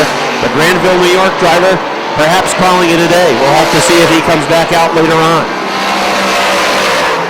Andy Linneman, he's got a backstretch lead. He's driving a really high line around the racetrack. If you've been following the Dawson's Body Shop number 3, he's been working a higher line around the track, especially in turns 1 and 2. But he has a near front stretch advantage right now over Roger Lebrecht. 3rd is Chris K.A., 4th Todd Stone, 5th on the outside is Patrick Dupree as he tries to get around Max Vienne in the number 25. You don't want to run the outside line though too long, because I think that outside line is a line that can really chew up tires. And at the end of the race, if you don't have a right rear sneaker that has any tread left, you're going to be a dead duck sitting in the water. Lindemann out front. He's got a front stretch lead. Lebrecht, then K.A., then Todd Stone. Foley's off the pace. Foley's done. The 34 of George Foley is headed back to the garage area. Lap 18 was his last lap, and he heads back to the garage. We'll take one of the top contenders for this win out of the mix. Foley is out. Let's set the field for you. Next time by, 20 laps will be complete. The leader is Andy Linneman. He's in turn 3. Roger Lebrecht runs in 2nd. Chris K.A. runs 3rd. Todd Stone driving very conservative, not pushing it right now. I don't think we'll see him do that until they get to about the halfway point. He is in 4th. 5th, it is Patrick Dupree. 6th Sixth is Jesse Mueller on the outside as he gets around Max Vienne, who is seventh. Eighth is Leon Gagno. Ninth is Mike Wells. 10th is Mike LaBreche. 11th is Craig Riel. 12th is Mike Riel. 13th is Andy Haywood. 14th is Matt Woodruff. 15th is Jason Durgan. Those cars on the lead lap. Durgan is right in front of the leader, Andy Lindemann, as Lindemann moves into turn number 3. 15 cars stay on the lead lap. 4 cars have gone back to the garage area, and that includes the 19X of Chris Hernhold, the 14 of Ryan McLaren, the 9 of Jim Introne, and the 34 of George Foley. Those cars have gone back to the pits. Yellow flag is out. Off the pace is Mike LaBreche with the number 13. Right rear, I think. That brings out a yellow flag. The right rear tire is shredded on the Michael. So Mike LaBreche changes the right rear sticker. He will rejoin at the rear of the field. We are ready to run again. The 3 of Andy Lindemann and the 100 of Roger LaBreche. Here they come off of turn number 4. Green flag is out. 27 laps showing complete. Todd Stone, who restarted in the 3rd spot, moves underneath Roger LaBreche to grab 2nd. Stone to the 2nd spot. Andy Lindemann shows the way out front with a Dawson's Body Shop number 3. He's worked the higher line. Todd Stone has not pushed that car yet. Patrick Dupree to the inside of Roger LaBreche with the number 100. Question, Stone, when does he want to make the move? That was the question I was about to ask. The answer might be right now. Well, he had a lot of room down on the inside. Andy's still running up towards the top of the racetrack, and Stone's still the hole down in the bottom. And if he's got that much room, he's going to go for it. Well, eventually he's going to put his foot in it, and you're exactly right. He's going to take that hole and take the lead. Patrick Dupree goes to 3rd. He moves to the inside of Roger LaBreche in the 100. 5th is Chris K.A. 6th. Mueller is up to the 6th spot. His car does not seem to be as fast as what we've seen at times this year in the Mueller and Sons heavy-duty towing and recovery machine. He's running in 6th, but again, is it a case where he's just preserving the car right now, not really wanting to push it? Again, there's a big hole out front underneath Andy Lindemann if Todd Stone wants to go for it. At this point, he is electing to run around the racetrack behind that 3 of Lindemann. And Andy is still putting up pretty good, darn good lap times with that 3 machine, holding off the 1, as we have put now 33 laps this time by. 33 laps, a third of the way home. The Mike Watts Memorial 100 this afternoon. Andy Lindemann leading by 2 car lengths off of turn number 2. Todd Stone runs with him down the backstretch. Patrick Dupree trying to close in with the 24. Then it is LaBreche in the 100. Chris K.A. in the 18. Jesse Mueller in the 19. Mueller looking underneath as K.A. pushed up the track in turn number 4. Mueller sees a hole down the inside trying to get into the top 5. K.A. holds him off. Here goes Stone. Another car back to the garage area. That is Jason Durgan in the 17. Meanwhile, out front, Todd Stone trying to make a bid for the lead right now off of turn number 4 to the inside of Andy Lindemann. 2 Troyer machines out front. Give it to the 1X of Todd Stone. Stone takes the lead on lap number 35. Lap 35, Todd Stone took the lead at the line, and he will now try to set sail and pull away from Lindemann in this 3 machine. Course 30 laps, the normal distance for these cars. Tire management, who is going to have something left on the right rear tire down the stretch. That is going to really change the ball game when we get into the later stages of the race. As we mentioned, Todd Stone is usually very good at preserving the right rear tire. You've already seen one car, Michael LaBreche, who blew up the right rear tire, shredded that car, just rolling over the right rear, and again, he's doing that in turn number 2. It'll be interesting to see how many right rears will he go through in this race. But you have to have that neutral setup that on the one hand, you're fast, but on the other hand, you're not abusing the right rear tire, because if you're just leaning on that right rear tire all the way around the racetrack, it goes off the pace. It's going to go away in about 40 laps. And Michael LaBreche in the number 13 has slowed again. Off of turn number 2, he's going to pull it down into the infield. LaBreche is off the pace. So he pulls into the infield. That allows us to stay under green as lap number 40 goes up on the board. We approach the halfway point. Todd Stone has the G-Stone Motors machine rolling out front. It is not a right rear tire down on the Michael LaBreche machine, but he was smoking at turn number 2 and just decided to pull it into the infield. Todd Stone's lead is nearly half the front stretch over Andy Lindemann. Patrick Dupree running in third, trying to chase down Lindemann, but they have been running similar lap times. Roger LaBreche is in 4th, Jesse Mueller in 5th. Mueller is another car. I think he's been trying to save some tire, but he has not appeared to have the same quickness that we have seen for him, especially over the last 6 weeks. Out front, it is Todd Stone. Not really pushing the car. He sits comfortably out in front. Andy Linneman in the Dawson Body Shop, number 3. He was able to lead laps 1 through 34. In laps 1 through 34, he started up towards the front. I think he may have started on point.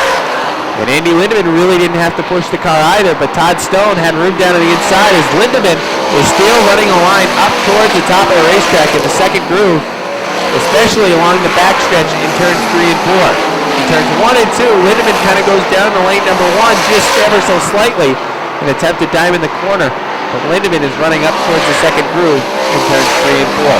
Patrick Dupree in the number 24 had to use his tire a little bit to get around traffic.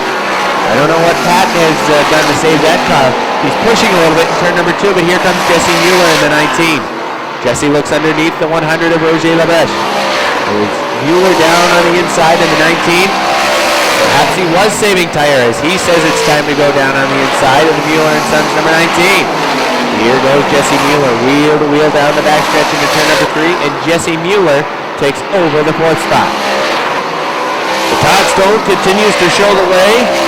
Mueller in that 4th position may have the next fastest car out on the racetrack, but in 4th, Roger Labeche is in trouble. Oh no. He's off the pace over in turn number 2. That's going to bring out a yellow flag. Oh, monsieur.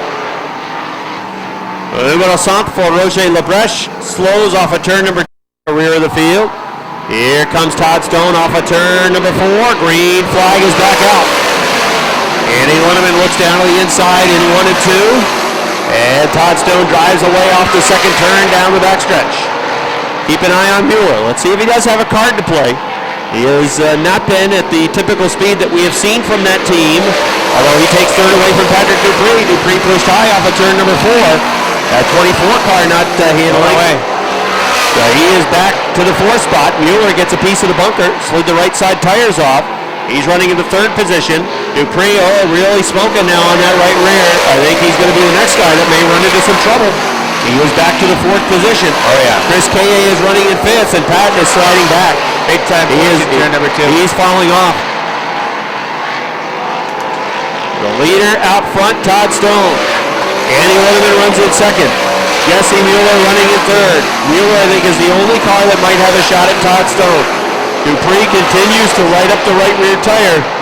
You just wonder how much longer is that sneaker going to last. Stone with a half front stretch advantage as we put lap 58 up on the board. Mueller digging down to the inside. When he works that inside line, there it goes. I think he may have just lost the right rear. He just pushed so bad that he had to get on the binders. He was going to push off the racetrack. My question is, how long does Pat drive like that before he just pulls it off himself? Chris Kaye moved underneath. He's going in now. Patrick Dupree going back to the garage area. There goes another top contender. He is out. That car last 59 laps. Patrick Dupree back to the garage area. Problems with the right rear tire on that machine. Meanwhile, Todd Stone out front. Jesse Mueller has gone to 2nd. Mueller to the 2nd spot with 40 laps remaining.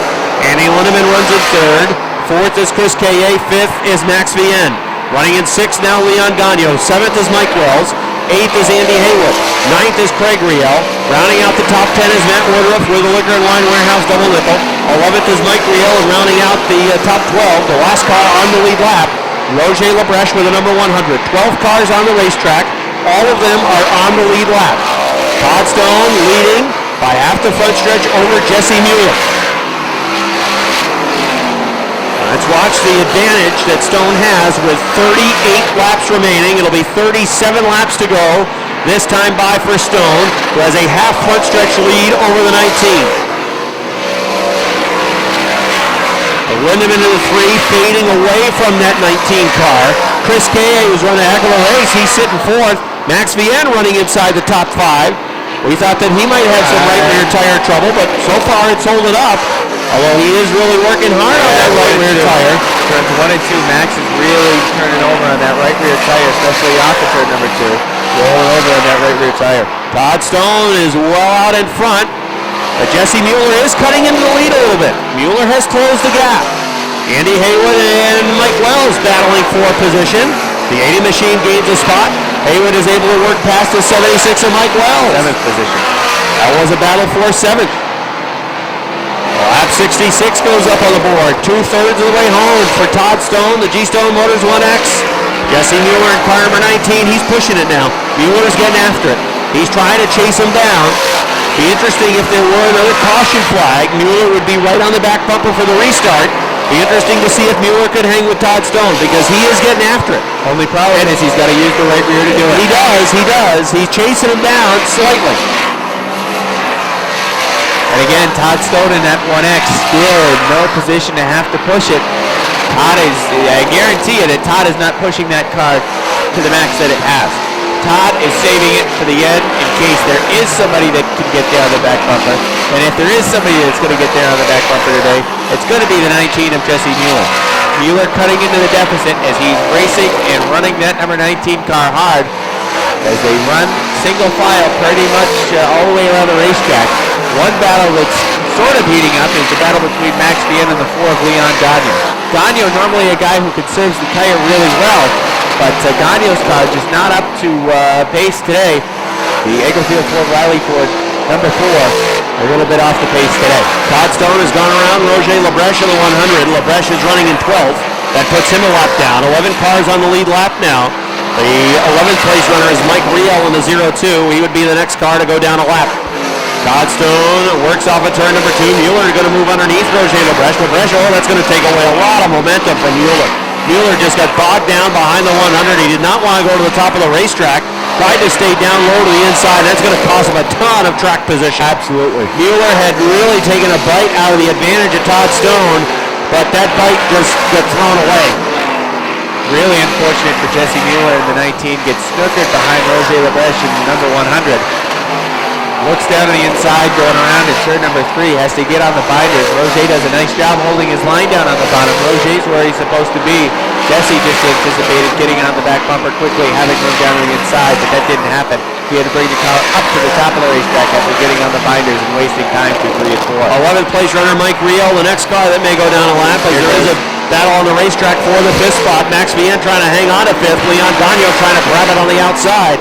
Max Bien down low in turns 1 and 2. Gagno to the top of the racetrack. Bien will hold him off at least this lap. The 11th place car, Mike Riel, has just gone down a lap. Now 10 cars running on the lead lap. The next car that would lose a lap would be the double nickel of Matt Woodruff. The right rear tire, even on the best preserved race car right now, is starting to fade away. So we'll see how things unfold as we get inside the final 25 now. 24 laps remain for Todd Stone. Jesse Mueller goes around Mike Riel. Again, it's about a half backstretch. That's the advantage for Todd Stone as he is sizing up Matt Woodruff, who has worked the middle line. A top 10 run this afternoon for the Liquor and Wine Warehouse sponsored car. As he works that middle line around the track, Todd Stone tries to get underneath off of turn number 2. This will allow Mueller to close a little bit. Battle for 5th. Max Bien trying to hold on to that 5th spot. Andy Haywood has gone to 6th. Andy Haywood underneath Leon Gagno to grab the 6th spot over in turn number 2. Now Haywood pushes in 2. Gagno comes back after him, gives him a tap to the back end, and he is right back after the spot in turn number 4. That's the best battle on the racetrack. Leon Gagno and Andy Haywood. Max Bien holds on to the top 5 run for now. Andy Haywood to 6th. Better run that time for Haywood off of 2. Leon Gagno's car is fading away. He is in the 7th position with a 4. 8th is Mike Wells. 9th is Craig Riel. And Matt Woodruff now down a lap, rounds out the top 10. 9 cars on the lead lap. The last car on the lead lap is Craig Riel with a CO2. He is 9th in the running order, and he is the next car. He's about 6 car lengths in front of Todd Stone, the next car to go down a lap. Inside of 20 laps remaining. Mueller can see Todd Stone. Stone, as that car has started to fade a little bit, but so is Mueller's number 19. The question is, does Mueller have anything left to try to charge down that 1X? Stone goes around the CO2. Inside 19 laps remaining. The lead is about 15 car lengths for the 1X of Todd Stone. He has put 9th place runner Craig Riel down a lap. Next in the running order would be the 8th place car of Mike Wells.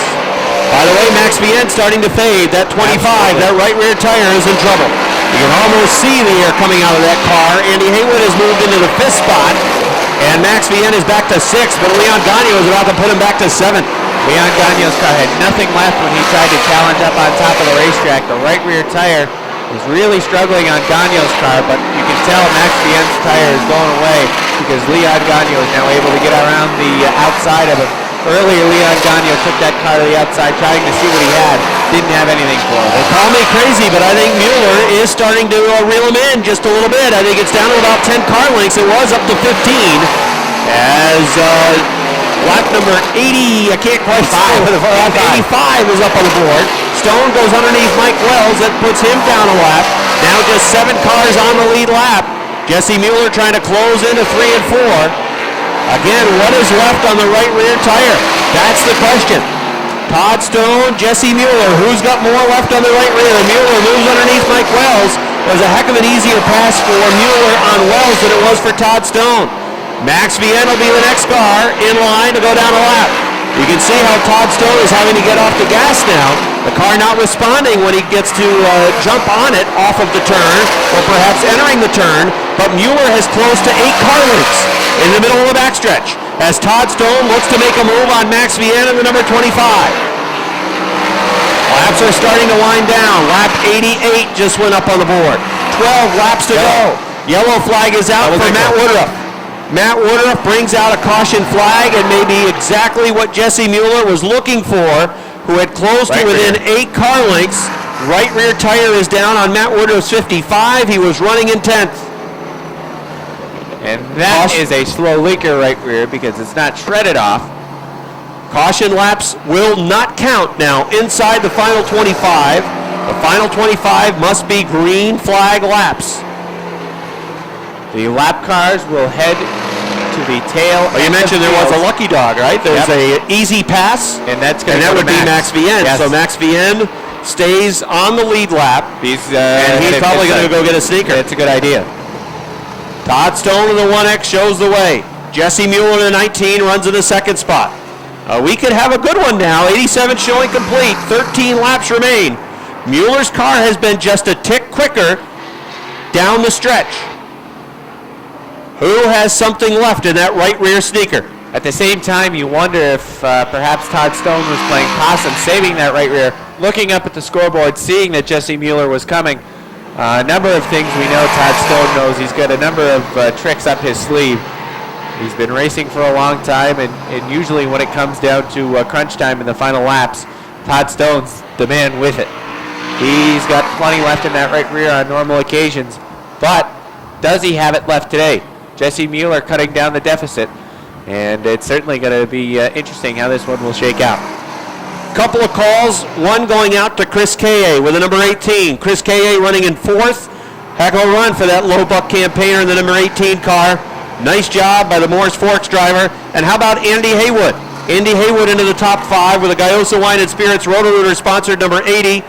Haywood has been able to work his way into the top 10 and then into the top 5. He's in that 5th spot.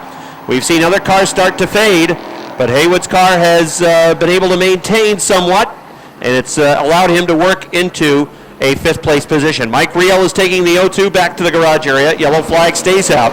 Todd Stone leads. Jesse Mueller runs 2nd. 3rd is the 3 of Andy Lindemann. Running in the 4th spot is Chris K.A. Lindemann, another driver that's been in the top 3 the entire race.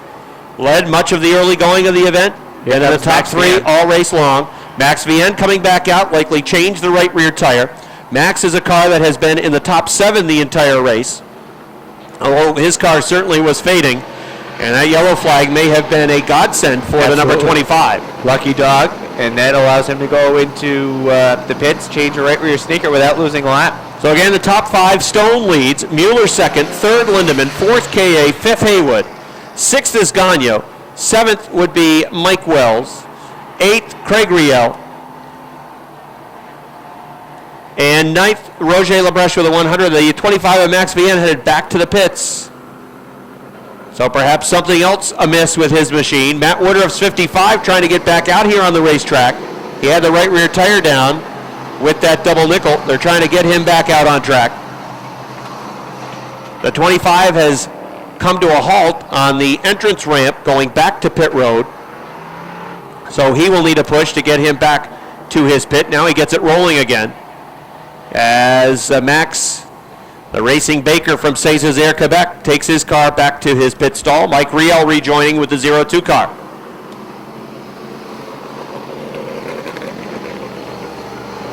Trying to get the 55 back out on track. He's getting a push over through the staging area, trying to get him back out on the racetrack. Matt's been in the top 10 through the second half of this race.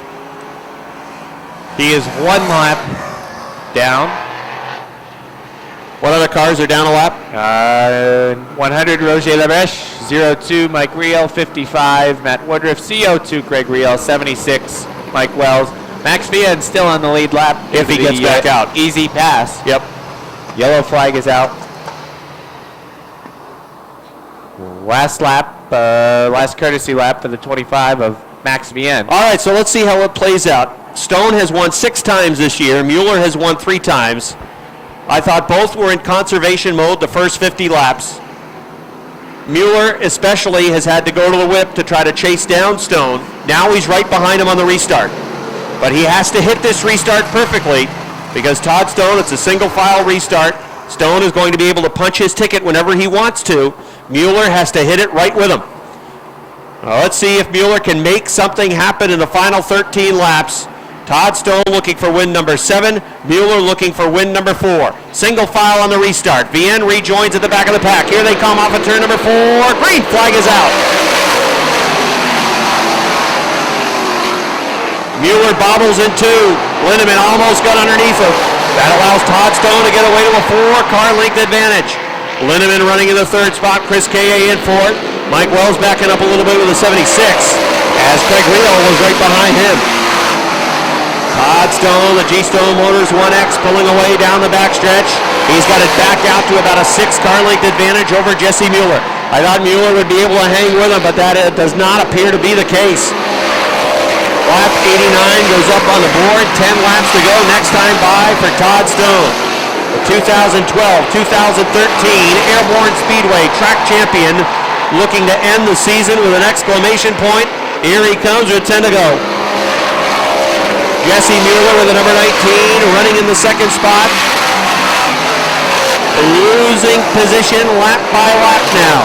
Andy Lindemann sitting in 3rd, Chris K.A. 4th, Andy Haywood looking to make a move for that 4th spot. Haywood with the Roto-Rooter number 80 sitting in the 5th position. Looked underneath in turns 3 and 4. And now he's a good 3-car lengths off the back of the 18 of Chris K.A. Lindemann tiptoed that time through the 2nd turn, but he is still running at speed. Todd Stone, 8 laps to go, cruising out front. Work off of turn number 2 down the backstretch. Lindemann during that longer green flag run I thought was eating into the disadvantage. That yellow flag may have come out at the perfect time for Todd Stone, and it may be one that Jesse Mueller would curse because he appeared to be closing, but since the yellow flag, the tires have cooled for Todd Stone, and he is pulling away. He's got the lead back to about 12 car lengths at the line. Lap 94 up on the board. About to be 95, 5 laps to go this time for Todd Stone. Here he comes off of turn number 4, 5 laps to go for the Middlebury, Vermont driver, 5 to go. Mueller running in that 2nd spot, Lindemann sitting in 3rd, Chris K.A. in 4th, Andy Haywood works in 5th, Leon Bagno is 6th, 7th would be Max Vian in the 25, 8th would be the 76 of Mike Wells. 9th is Matt Woodruff. And then rounding out the top 10, Roger Labrèche in the 100.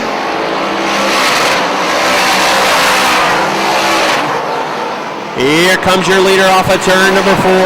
Lap 97 up on the board. Mueller again seems to be closing a little bit. But I'm not sure he's going to be able to close quick enough to make anything happen. It's a 8-car length advantage for Todd Stone as the popsicle sticks are out. 2 laps to go. For the Ernie's Discount Tools 358 Dirt Car Modifieds of 2013. Stone is going to have to put Mike Riel down another lap. He will do that over in turn number 3. Powering through down on the inside. Todd Stone sees the white flag. 1 lap to go for the 1X. Mueller running in the 2nd spot. Andy Lindemann's had a great run all day, sitting in 3rd. Chris K.A. sitting in that 4 spot. He's been in the top 5 all day long. And Andy Haywood, here comes your winner off of turn number 4. Middlebury Vermont's Todd Stone takes home the checkered flag. Mueller is second. Finishing in third is the number 3 of Lindemann. Fourth is Chris K.A. Fifth is Andy Haywood. Sixth is Leon Gagno. Seventh, I believe, will be Max Vienne. Eighth would be the 76 of Mike Wells. Ninth, Matt Woodruff.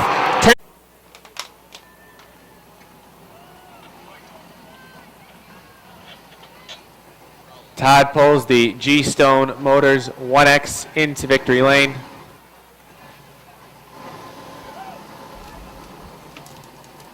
It is win number 7 of the season for Todd Stone.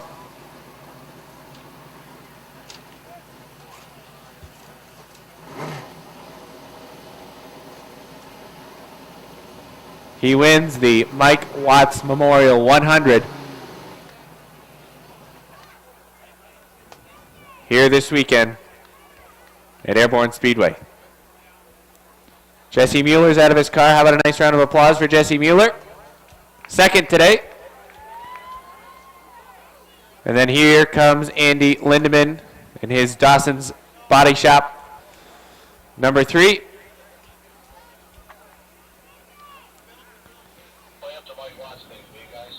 But they could not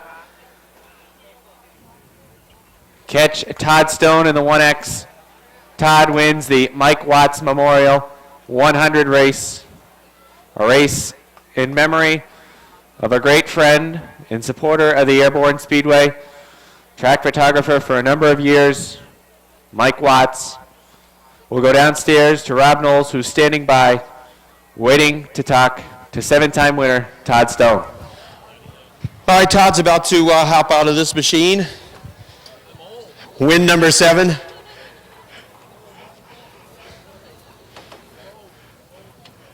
He's unbuckling. All right, here he is, everybody. Give him a nice round of applause. Middlebury Vermont's Todd Stone has won for the 7th time. Takes down the checkered flag of the Mike Watts Memorial 100 this afternoon here at the Big A.